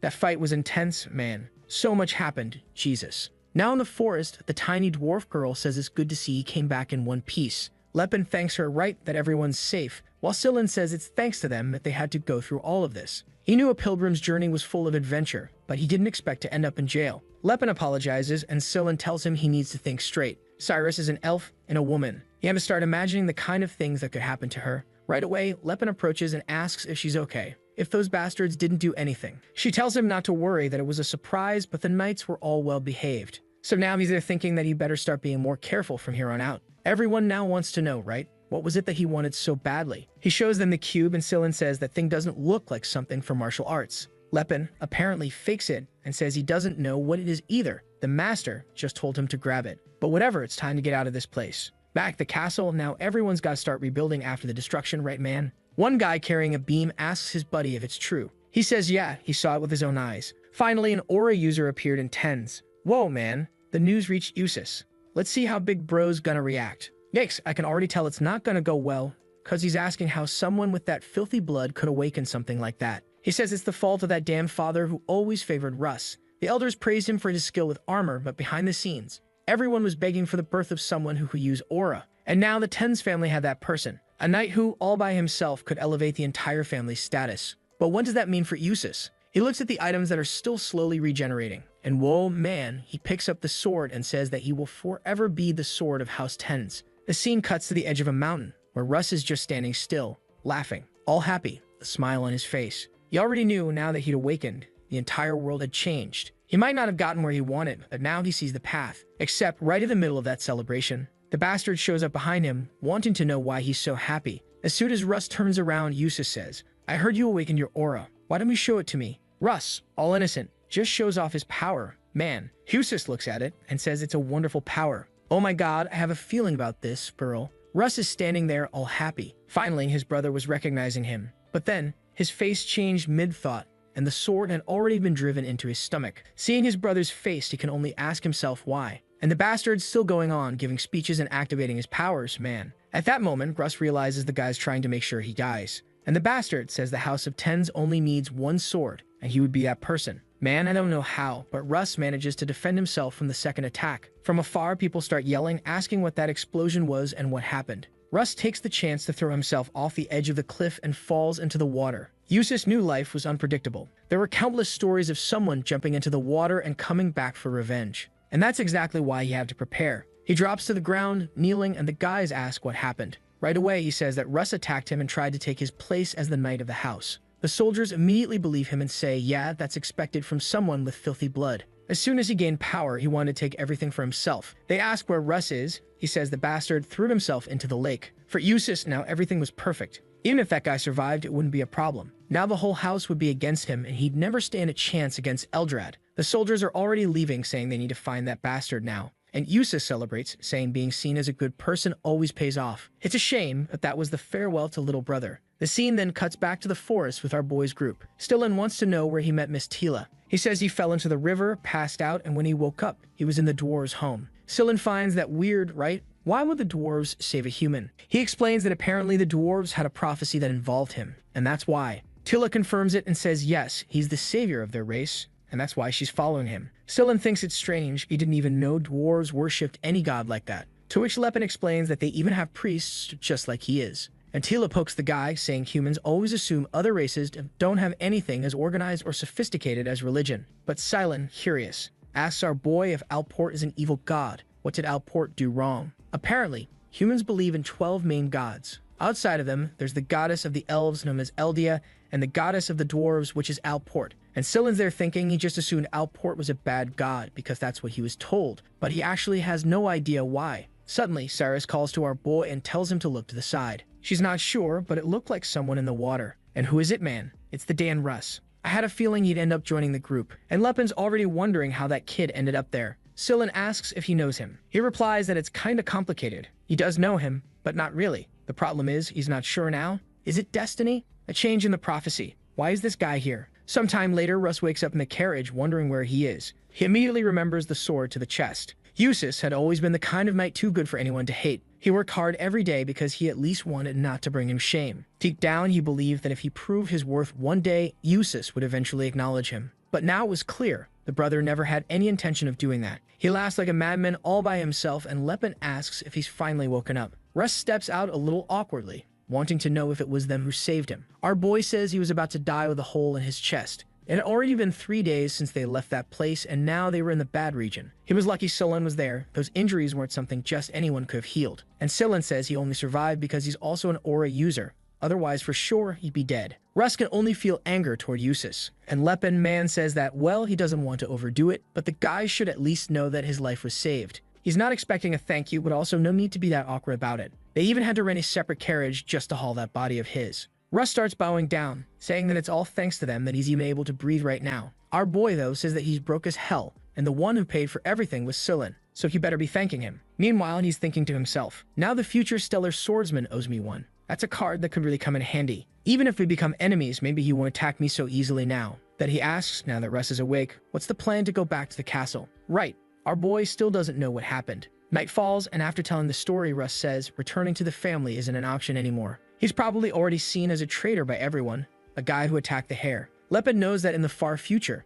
this guy was supposed to awaken Aura a bit later, and then challenge his brother to a proper duel. That's when he'd win and earn the right to succeed the family. Looks like this time, Yus has found a way not to lose his title. Lepin asks what his plan is now, and Russ looks thoughtful. If he goes back to House 10s, he's marked as a traitor. Then the obvious happens. He says that if it's not too much to ask, he'd like to travel with our boy. Everyone's looking at him wondering why. And he says that obviously he was saved, and he's a knight. At the very least, he wants to repay that debt. But since he's been cast out of the family, the only way he can help now is by serving at his side. Lepin clearly isn't too into that idea. He says there's no need to go that far. Russ can just take some gold coins, rent a room somewhere, and disappear. Besides, they don't even know each other. But the kid just says he knows Lepin is the successor of Geared, and that's enough. Lepin knows that in the past life, Cyrus used to travel across all continents challenging Aura users to get stronger. But now that he's been branded a traitor and lost all his titles, that's not exactly an easy thing to do. That means he has no choice but to like this. And do you remember how the last chapter ended right after they saved that poor guy in the water, and he said from now on he wanted to follow the protagonist's group? He makes this big speech like, "Until the day my sword finds its place, I will follow in your footsteps," while Lepin is sweating bullets wondering why the hell his old master Cyrus wants to follow him. At the same time, that guy is supposed to be some future legendary swordsman, so he is going to be insanely strong. Turning enemies into allies is not a bad thing, but there were heroes like Alex von Halen or the Saint who were not even born yet or were still kids. Tesseran was the exception, and the only one left was the great mage of Jade Light. That is one person he would rather not have anywhere near him if he can help it, because Jade Archlight was the bastard who killed his elf friend. So he crosses his arms and says, "Fine, then go ahead, I do not need loyalty, but we can be partners." And the poor guy is shocked when he finds out Lepin is 23. The scene switches to a castle where someone is apologizing to the Silver Sage. A purple shadow says it is disappointed. It had all the information it needed, and it did not even ask for much. Was giving him that mission a mistake, or was the Golden Knight of this place really that worthless? The boy starts sweating cold because he never imagined he would have to take those insults and not be able to do anything. So he apologizes again. He knows even a powerful mage cannot cross space, but that being can send an apparition straight into his room. That only proves how terrifying the Silver Sage really is. So he asks to be punished, but to spare his family. Then the mage says at this rate, the future of the Tennis family is not going to be peaceful at all. He keeps begging for forgiveness, but his soul falls apart. Obviously, the one behind it was Tesseran, in our protagonist's body, thinking he never should have trusted that half-baked magic swordsman. No wonder, in the end, that idiot lost his position to his brother. Then someone says Duke Eilenard is looking for him. When he enters the room, he asks why he was called, and Duke Eilenard says he wants to know why he used the seal. He knows the boy has potential since he was the first mage to awaken that much mana at 20. On top of that, his mastery of countless spells was impressive. His ability to foresee things was unmatched, and he has been a huge help in protecting humanity. That is why, even though he is so young, he received the title and the recommendation as Silver Sage. In other words, the position he has right now is not because of what he can do, but because of what he will be able to do in the future. Tesseran apologizes, and the Duke says since there were not many consequences, there will be no disciplinary action. Still, he should be careful because he could lose that position. Then he tells the sage Restum, or rather Lord Tesseran, to leave. Did he change the name for everyone, or does this Duke know he is reincarnated? So we learn about the Silver Sages, the Order of Guardians of Humanity that protects the continent from the shadows, a terrifying power that can wipe out extremely powerful nations. The problem for Tesseran is that right now he is still low in the rankings. He realizes that even as a member, the road is still long. But he knows that cursed demon king that gives everyone chills has been reborn. With a body of steel and the intellect of an archmage, he is insanely dangerous and nobody is going to beat him. Still, he has to be stopped before he gets all his power back. Losing the voice of illusion really was a problem, but he still has hope. No matter how powerful the Demon King is, it will be hard for him to relearn everything he had back then considering the brain he has. Wow, you are really putting yourself down, calling yourself stupid. Either way, he has to get stronger, and the voice of illusion is the first step. Those artifacts of the four gods, according to Jade, the Demon King gained power because of those items. He's going to get them all and finish that damn demon Lepenheart. While he is there alone getting lectured by the old guys, the protagonist is in the carriage sleeping, while the cat girls pull the wagon and the sucker is outside. Rescan is confused because he thinks this group is weird. He knew from the start it was not normal, but even things that anyone would normally just hand to the elf slave were being decided by drawing lots to see who would do it, and Lepin always seemed to lose. He is walking up front saying, "Hurry up, Rescan, we have to wash this bowl." Rescan says, "Lepin, why are you washing everything? Make the slaves do it." Lepin says, "They might be slaves to the world, but that is not how I treat them." To him, they are valuable companions, and now and in the future, he will always treat them that way. Reskin starts washing the bowls, not understanding and thinking this guy is seriously crazy. Still, who knows what goes on in his head, and he is not going to get too involved. They say among people who reached awakening, a lot of them are kind of odd. He swore to follow this man until he finds his own path, so until then, whatever he says he will do. What he really wants to know is what the man he swore to follow is doing in there right now. No way, he is meditating to reach some martial awakening. Look at the kid sucking the cube. Mana recovered, so it was time to try again. He starts messing with the cube, and when it opens, it starts the first amateur stage. Suddenly, he appears in a purple room and taps on a screen saying the place needs to look nicer. Hey, what is this kid? That one on the left looks like the dwarf. Lepenhart, I am learning more about your tastes. He says the creators of the Silver Temple really lived in a blessed era. Then the magic beat starts, and all of a sudden, a bunch of cards start appearing, falling from the sky. The protagonist starts firing air projectiles, blowing everything up like it is some mana aim challenge. He is trying to blow it all up, but the amount keeps increasing and he realizes his casting speed is not keeping up. The girls, instead of cheering, are mocking him, saying, "What is that, you weakling? Is that all you have?" While he is thinking, "Damn it, stop mocking me, I brought you here to cheer." And the worst part is a bunch of plates are hitting the ground because he cannot destroy them fast enough. But after pushing himself a bit, congratulations pops up and he clears it. Lepin explains this thing looks full of useless features, but the Voice of Illusion artifact is basically an educational school. That is how many mages in the Silver Era learn to get stronger. The place is perfect. You can pick the background, have a bunch of women cheering for you, and the games are all rhythm-based. It almost feels like a fun world, but the truth is, as you clear challenges, your magic mastery goes up. What he is sure about is that people in the Silver Era must have hated studying to build something like this. It is sad there is only one of these in the world, and now he is fired up. With this, maybe even Tesserin can reach a high level of magical skill. Of course, he knows he will never compare to what he was as Lepenhart. Then Selen calls the kid, asking what is going on. He points ahead, saying they arrived in Strassen, a commercial and strategic region located at the northern intersection. A man hands over a sheet saying it has the information he asked to buy. Lepenhart wants to know where his body ended up. He finds out his old body at 16 had some unknown mental illness and then went insane. Apparently, he kept insisting his name was Tesserin, not Lepenhart, and he ran into the forest. Even though Lepin was already sure, this makes it completely clear Tesserin is in his body. He says he wished the result was different, but it really is what he expected. Tesserin became an exceptional mage at 20 and went to the Delphia Tower. Since then, nobody knows what happened to him. In a way that is impressive because Lepin himself only became a true mage around 28 or 29. Not because he lacked talent, but because the tower bosses would not let him leave. So what did that damn Tesserin do to get away from those people? He needs more information and to hire someone even more competent from the Union. Reskin asks if they are leaving already, and the protagonist says yes, tomorrow morning they will depart. He looks back thinking it is time to tell them the real destination. Not long after they get inside the house, Salen starts talking like, "I thought Lepin was just some country bumpkin, but then he showed up with those skills and then they seem like they are having fun." Meanwhile, Lepin is thinking whether he can take these people with him to the Great Forge. He looks at them thinking they are all his allies. That is why he says he has something to talk about with everyone. From now on, the place they are going is not the ruins of the old Silver Era. Reskin asks if they are not going to the Cyril-led mountains, and Lepin says yes, the route is that way, but they do not know the real goal. So before he answers, he needs to talk about his dream. Basically, what he wants to do with his life. He says he does not want to see elves, dwarves, and orcs as slaves. He wants others to see the world the way he sees it. The goal is to create a world where slavery does not exist, and that is his final destination in life. Reskin is confused like, "My friend, slow down, you want to just let elves and dwarves loose in the wild world." Lepin says they are living beings just like humans, and they have reasons and emotions. The word wild is only for animals. Reskin says, "Fine, yeah, I guess that is true." The protagonist notices Reskin, who always treated other races as different from humans, saying they should be equals is strange. Selen smiles, saying that is something Lepin would say. Does he really want to change the world? He says yes, and she is like, "My god, him again, it is impossible with that red hair." He says his goal goes beyond freeing slaves. Lepin says yes, it goes beyond that, and he is willing to fight the whole world to make it happen. That is why he has to ask if they will follow his cause. Selen says yes, and then he is like, "Damn, what the hell, how is that possible with that face too?" He agrees, saying he will follow Lepin. Surus is confused, asking if he really means it. Salen explains he agrees with Lepin's dream, but he thinks it is impossible. Still, like he said, he also thinks it is wrong for other races to be treated as slaves. And what interests him most is that it is rare to find a companion with such a big vision when you walk through this world. Then he starts hyping it up, saying elves, dwarves, and orcs also have lots of women, and he wants to spread Filiani's knowledge. What is that, Selen? Come on. Sorry, I did not know your game was that advanced. Lepin warns that trying to spread that knowledge will make everyone hate him. Salen says if Lepin says it is necessary, then it has to be done. They will face anyone who stands against it. Rescan says he has no idea why, but he already swore loyalty, so he will support whatever path it is. The protagonist thinks that is exactly what a knight would say. Then he says, "Fine, then all you have to do is keep your mouth shut because what I am about to tell you is a secret. We are going to the Great Forge, the sacred land of the dwarves, and the place where they have the temple of worship to the divinity to the fortress." Then the scene cuts to the middle of the mountains with the dwarf charging forward, cutting everything down. Rescan charges too, yelling for those disgusting monsters not to attack someone blessed by the gods. The protagonist is proud, seeing that mere ogres and creatures cannot stand up to his group. They're getting torn apart, necks crushed, and even three-headed hydras are not giving them trouble. The bears are crying out. The protagonist throws a punch, sends another one flying, and they keep pushing forward easily. Silence says this place is wrecked. It is the worst ruins he has ever seen. The protagonist says that is why no human has ever managed to reach it. That is exactly why the dwarves hid in this place. Rescan asks, but how do dwarves live there then? The protagonist punches to the side, killing a harpy, and says, just keep going and you will understand soon. That creature is a clone griffin. It always looks like there are two, but there is only one, and you have to hit the real body. The protagonist casts an illusion annihilator, wiping out everything around, leaving only the real one, and he kills it. Rescan blushes, saying no matter how many times he sees it, he cannot believe this guy is actually a mage. Silent agrees, saying lately his skills look even better and something weird is going on. The only thing that does not improve is that his spells do not last 10 seconds. Cirrus is blushing, loving Lepin's potential while asking how much farther they have to go. Looks like they still have to walk all day, and Rescan says we are getting ambushed every 10 seconds, so how are we supposed to get there? The protagonist says they are not going that way. The dwarf is confused and he says he knows a shortcut, so they will not have to travel that much so she can stay excited. The scene changes to the next day. Yeah, we really made it. He points at the door and says it is right there. Come on, everyone. Rescan goes first. Wow, it really is a Silver Era ruin. And of course, Cyrus asks Lepin, how do you know a place this isolated? He says, I heard someone mention it here and someone else mention it there. Obviously, they are getting suspicious. Now Lepin wants to know what this girl thinks of him because his reputation is dropping since he never explains anything. Rescan, acting all tough, says he will clear the front and the protagonist can stay in the back. But Lepin already finds what should be the opening device and says they are not going straight inside, they have to pass through the nearby area first. Before Cyrus can ask, he says that is what his master once said he did when he explored. So that is what he is going to do. From now on, he decided that anything they ask, he will say his master said it because apparently nobody questions that. Still, Cyrus noticed he said he heard a story, but he is way too precise for someone who has never been there. He stands there looking back, telling them to come. Everyone is surprised, saying this place is very different from what they heard. On the wall, the protagonist sees the ancient language of Halkril. He is about to say he misses this and he punches the wall. There is an explosion and a golden glow and everyone is confused. When the smoke clears, the dwarf is bright red. They really did find the hall of the Great Forge with a bunch of dwarf statues everywhere. Everyone recognized it. This was the famous temple of Halfort. Rescan looked totally confused. Wow, so we really did not have to travel all day and we got here in an instant. Sillin pointed at the broken tablet and said, Lepin, you did not break this on purpose, did you? I did. Yeah, why? Are you out of your mind? Why would you do that? Lepin said it was fine, it was just prophecies. Then it hit him. He came to the Great Forge with memories from his past life. Back then, he damaged the forge and nothing happened, but at that time, Halfort had already delivered the prophecy. Now it had not happened, so all of a sudden, a bunch of dwarves showed up yelling that the temple was under attack and there were intruders inside. The protagonist realized the prophecy was not complete, so they were still guarding the place. Now he got nervous because he had no idea how he was going to explain this. Some dwarves rushed in holding ballistas and started firing bolts while the protagonist muttered that this was bad because they broke into the dwarves' home without warning. Silence snapped that he was a bastard because he knew this would happen and still did it anyway. The protagonist figured he did not really have a comeback, and yeah, these dwarves showed up way too angry. Rescan drew his sword and told the lesser creatures not to threaten humans. Lepin told him to drop the killing intent. He spread his arms and said he did not really want to fight. Then a bunch of bolts hit him and he did nothing. More bolts again. The dwarves shouted, it is the monster. The arrows do not work. Use magic. The protagonist kept shouting, calling out to the children of the earth who could hear the voice of truth and saying they were not enemies. He knew dwarves were insanely good at detecting lies, so they would figure it out that he was telling the truth. One dwarf up front with big puffy cheeks asked, wait, you are saying you are human and not an enemy? The protagonist said yes. Then they asked what he was doing here. He knew it would be embarrassing, but he said he was their savior and the one who received Alfort's prophecy. Silent was standing there basically dying of secondhand embarrassment while he yelled that he came to save everyone. The protagonist kept going, saying he was guided by the Steel Hammer clan and that he met the priest Makelin. Rescan was like, yeah, right, do you think they will believe that? But the dwarves lit up. Wow, the savior is here. Nice to meet you. How did you get in? Silent could not understand it. How did that dwarf switch up in 1 second? The Great Forge was an underground city 30 meters below the mountains. It was a huge cavern about 2 kilometers wide and over 50 meters tall, full of hot spring waterways and rare stones. Even the heat coming from above came from those stones, not from the sun. The dwarf was proud and said, "Yeah, this is our forge district. This is where all the master smiths gather." Rescan was stunned. This place is insane. The amount of work it would take to build something like this is almost impossible to imagine. How do they build something like this and still have other races being enslaved? Silent commented that it looked like he was starting to think the way they treated other races was weird. He did not get what Silent meant even though it was obvious. Silan said he was starting to question it because something about the whole situation felt wrong. The dwarf explained the forge was a ruin from the Silver Age. They basically remodeled the inside and made it their home. Lepin said that either way it was still dwarf land just from the Silver Age. Reskin asked how he was so sure and the protagonist pointed out the door height. It was built for dwarves. At the same time, it was proof that during the Silver Age dwarves were strong enough to build their own cities. If they were really a race born to be slaves, that would be impossible. He kept laying out the facts, hoping Reskin would catch what he was trying to say.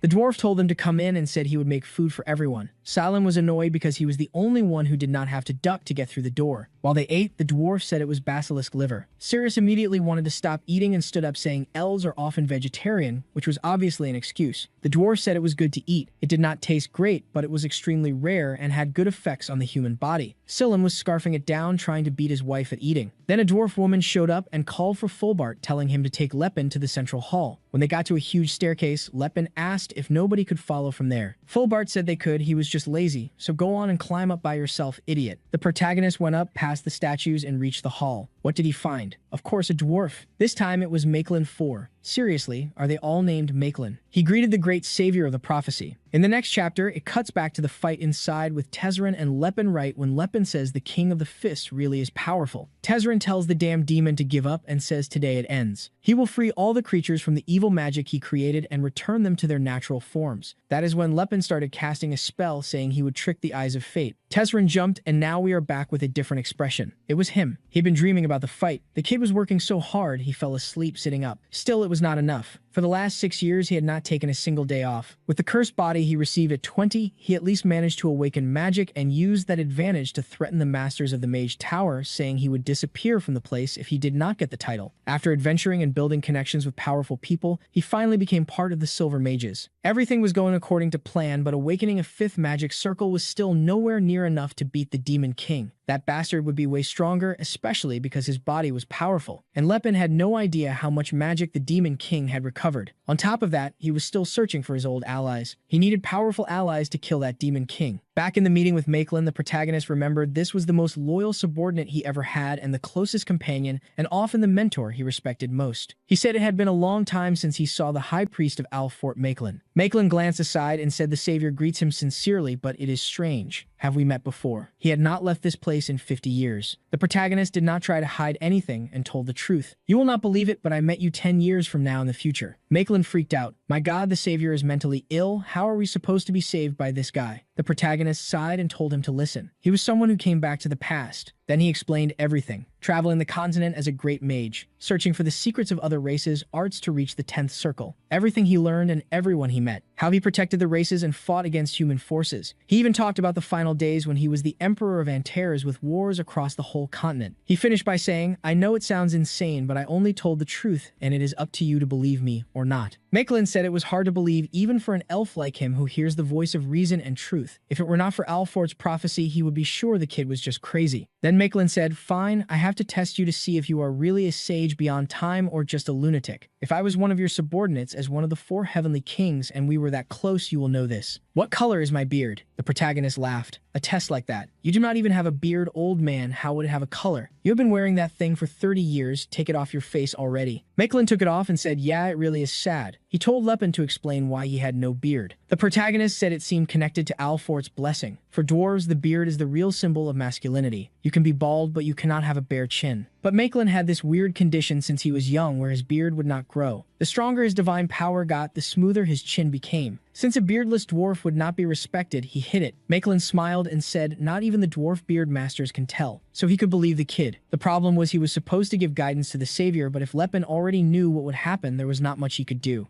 Makelin bowed and said, in the name of all dwarves who serve the fort, he swears an alliance to Lepenhart of Antares. The protagonist wondered if in this life he could ever repay that loyalty. He told Makelin to stand up. Those words were not right. Right now, he needed Makelin's advice more than ever. He had failed once. He tried to solve everything with power, became an enemy of humanity, and in the end, everything died. This time, he could not make the same mistake. Looking out from beside Makelin, he said he wanted to free the races from slavery, and the main part was introducing them to human knowledge. The plan was to make it profitable to teach slaves, schooling, and all kinds of knowledge. Makelin said he understood and that many humans would probably start to have more hope in the other races. The problem was something like that takes at least 100 years to make a difference. Elves and dwarves live a long time, but you do not lord Lepenhart. When you are old, what will you do? Lepin said that was the problem. Little by little, he was recovering power and gaining strength he did not have in his past life. At this pace, rebuilding the empire and becoming a terrifying demon king would not be hard, but that would just rebuild the Dark Empire. Once again, he would become humanity's sworn enemy and the bloodshed would happen again. He asked if Makelin understood the dilemma. Makelin said it was clear the kid was underestimating the world. The protagonist did not get it, and Makelin said he did not fail because he tried to rule with power. He failed because he tried to rule with only power. Lepenhart, you are thinking I failed to save the world with strength, so I have to try something else. But you will not solve the world's problems with something that's simple. Do you hate humans? The protagonist was like, what? And said no. Makelin asked, then do you like humans? He said, not really. Makelin said, now it is clear. In the story, he told he had no human companions. He respected countless races but hated one. The protagonist still did not get it, and Makelin said it was obvious. He did not include any humans in the Antares Empire, not even in the military. Lepin said that would not make sense. Would they fight their own race? Makelin asked why he did not put them in administrative roles then. Lepin said he could not trust them. Elves and dwarves live long lives and are not as easy to corrupt, and he kept throwing out excuses. Especially dwarves who hear the voice of truth, they are hard to fool. Makelin said that was funny because there were humans in the empire, but they had no role in the army or administration or politics. It was basically saying they had no rights. Lepin said everything worked better without humans, so why include them? Just keep them out. Makelin said, well, there you go, you really did act like a demon king. Lepin said, me a demon king. Makelin said the life of an ordinary human in society looked fine, but for the talented ones, being a demon king is not just bathing in blood, stacking bodies, and laughing like a maniac. You were a powerful being who ignored the world around you and only listened to people who agreed with you. That is what a demon king is. Still, it is hard to deny that sitting on the throne with an elf at your side, you had style. Makelin said he had no doubt Lepin was a benevolent king, and no doubt he was also a demon king. What Makelin found strangest was that he himself did not say these things to him in the past life. Lepin explained that when Makelin joined, the atmosphere was different because the elf massacre had already happened. He also warned Makelin that half the political power and lawmaking in that empire came from Makelin. Makelin said if that is true, then he cannot criticize too much either. Lepin lowered his head and asked what they should do. Makelin explained the biggest problem was that in the past life, Lepin turned it into a war between humans and non-humans. Humans are competitive, even alone they compete with each other. The other races only had to stand in the background. For now, the only thing he could say was that Lepin should not be too ambitious from the start. That was the best advice he had. Lepin thought he would leave with a plan and instead left with emotional damage. Outside, a dragon roared and all the dwarves were holding it with 50 ropes trying to capture it. Reskin jumped in and used the 7-cut destroyer on it, but it did not seem to do much. Even copying his brother's techniques was not helping. Cyrus fired a Nihilin arrow and it was beautiful, but the dragon was way too massive, and even though the impact was strong, nothing happened. Then he heard someone calling out Catamite. A dwarf with a huge axe charge leapt up and from the air split the dragon in half. Talk about the kid. Size is not everything. Reskin stood there with his mouth open because there was an aura user that's strong among the dwarves. Silent agreed and said, not just one, 3 of them over there use aura. The human was in shock because that was enough power to threaten a small nation. A month had passed since they started living in the Great Forge. There were cultural differences, but a month was more than enough to get used to it. What still surprised them were the 3 aura users and the blizzards that kept getting worse. Growing anything to eat was getting harder. The scene shifts to Silent celebrating because he grew a whole centimeter. Everyone congratulated him, saying, congrats, Silent. He said, yeah, I know I am amazing. Meanwhile, a dwarf in the corner said that is weird. Why are they celebrating getting taller? What strange people do they think being taller is better? Phyllis says it is the same thing for a dwarf to grow 1 centimeter wider as it is for humans to want to grow 1 centimeter taller. They are looking sideways trying to figure out what he is still doing there. In the middle of the Great Forge, there is a gigantic steel tower. That is where the Eldermar stones are, and they keep this whole place running. And way down at the very bottom, there is what they call the sun, known as Magrum. The protagonist is standing right in front of it, saying the technology from the Silver Age really is unmatched.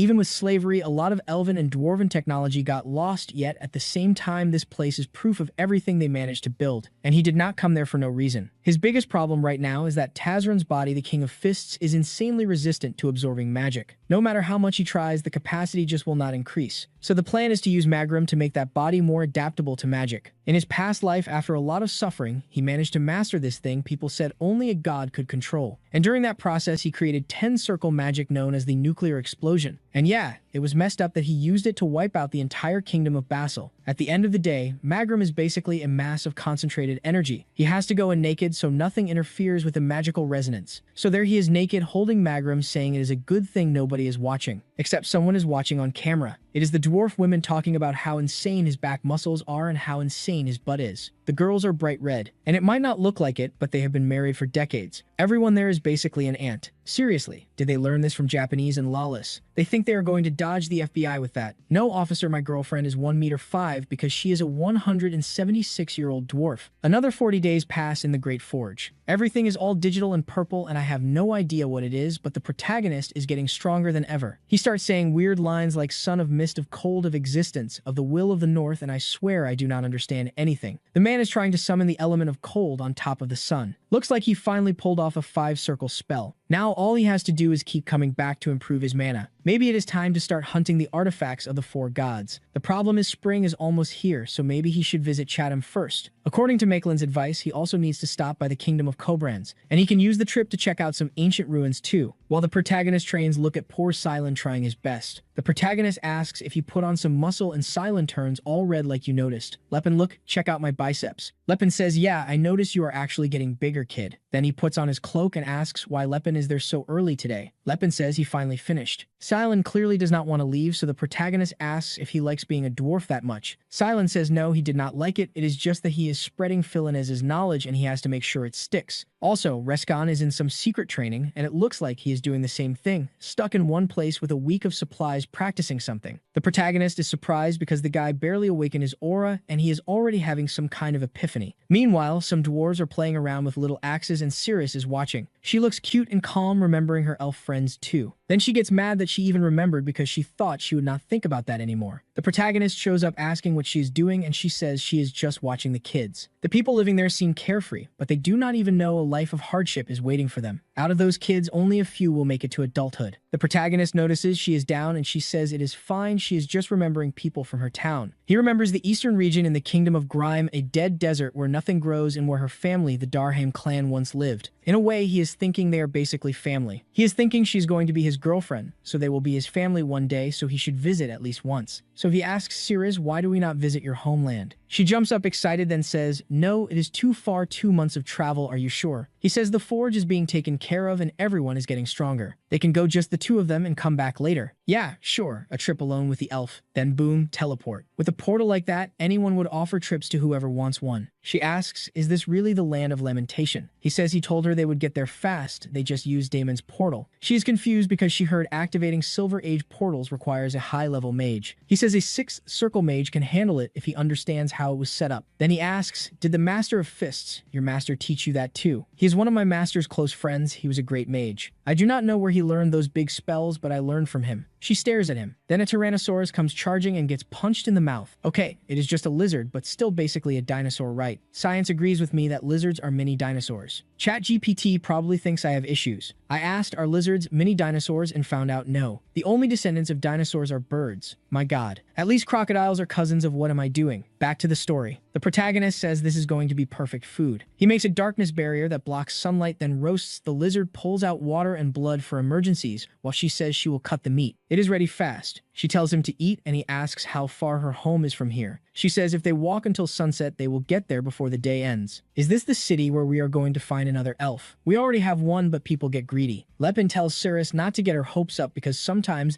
there might be nobody in the city. You never know what life is waiting. She does not get it and says, what are you even saying? Are you out of your mind? Night falls and they reach the city, and it really looks empty. So yeah, not finding anyone here. Walking around, Cyrus remembers her mother telling her she had to grow up, protect the clan, learn to use a sword, but she already knew. Honestly, she should not have come. It is obvious else nobody would be here. She can barely remember her family's faces or her friends' voices. Everyone used to call her by some name she cannot even remember right. She wants to cry, but her tears dried up more than 50 years ago, just like this desert. She is deep in it, while the protagonist is thinking this is bad. But what he wants to understand is what is going on. In his past life at this time, the clan should still be here, so why did everyone vanish? It cannot be that he did something that affected this place. He did not change fate that drastically. He says, Cirrus, do you not think this village is weird? She says, what, you never seen ruins? He says, no, something is off. You said it was destroyed 50 years ago, but if you look around it feels like someone was cleaning and hanging things up and fixing stuff like 2 weeks ago. Then Cirrus hears someone calling for help and turns. The scene shifts to elves being carried off by a bunch of men on horseback. The mother tells the kids not to show weakness in front of them. The men are still angry, saying, damn, we came all the way out to this desert and this is all we caught. We are going to lose money on this. And that is the guy who already clashed with the protagonist before. Looks like that guy from early on who was hunting the ogre or something, I do not remember. Someone in the back says, Mage, Clonto, do you not have some spell to help with the weather? It is too hot. He says magic is not some kind of cure that fixes everything. Everyone is pissed. In the end, they captured 3 people. Seriously, they brought 56 people for that. And the guy complains it is not just that it is only 3, one of them is a man. Then one of them feels something weird looking to the side and warns that an elf is running in out of nowhere. But the scene cuts to another house where someone asks if they can come in. They are going to talk to Tesserin. He tells Felina they already agreed about this stuff. She is his childhood friend. And she covers her shoulders but shows everything else what a look. And she is from the church wearing the church cloak. Wild. Looks like she has been helping him since the moment he came back to this body. Without her, he would not have awakened his aura because of the strict rules of the magic tower. Normally, she would have been a friend of the demon king Laufenheart. She says, Tesserin, when you smile like that, it reminds me of the old days. He is confused, old days. She says, yeah, back when your name was Laufenheart. He does not get it and just asks if she brought what he asked for. She has a scroll and says, like expected. The reputation of the King of Fists, Laufenheart, is spreading. It is interesting because that guy has the same name he had as a kid. He says his name is not Laufenheart anymore, and she says it used to be. Is that funny like fate? He says, no, it is not funny at all. He is clearly not here to joke around. Now he found out about the Golden Knight who got humiliated by an aura user. All of that is boosting the King of Fists' reputation even more. Philena says she does not get why he is getting so famous. He explains, strength alone is enough to pull countless people in. What surprised him is that the Golden Knight simply said, if you want to defeat the King of Fists, I will follow you. And just like that, he gained a strong ally. Felina also says she found someone who matches the conditions he wanted, a guy named Stefan von Alchin, the second son of the Marquis in the Kingdom of Basile. Tesseron is not excited because it is an unknown name, but whatever, even if he is not useful, if he has potential, Tesseron can turn him into something. Then he hugs Felena, and yeah, she eats well, she is built wide, but he is the villain smiling like a menace saying, damn you Laufenheart, everything you took from me, I will take back from you. Back to the fight, Cirrus is still going at the men and they are pulling out axes, but she is locked in and slicing through. Everyone yells to get ready because this is not just any elf. Look at that leap, all graceful eyes glowing blue, and the men are already falling in love. Better focus because you are getting cut in half again. One of them is freaking out, asking where this bastard came from, and the mage starts throwing flame magic that wipes enemies out. Look at the size of his circle. Explosions everywhere.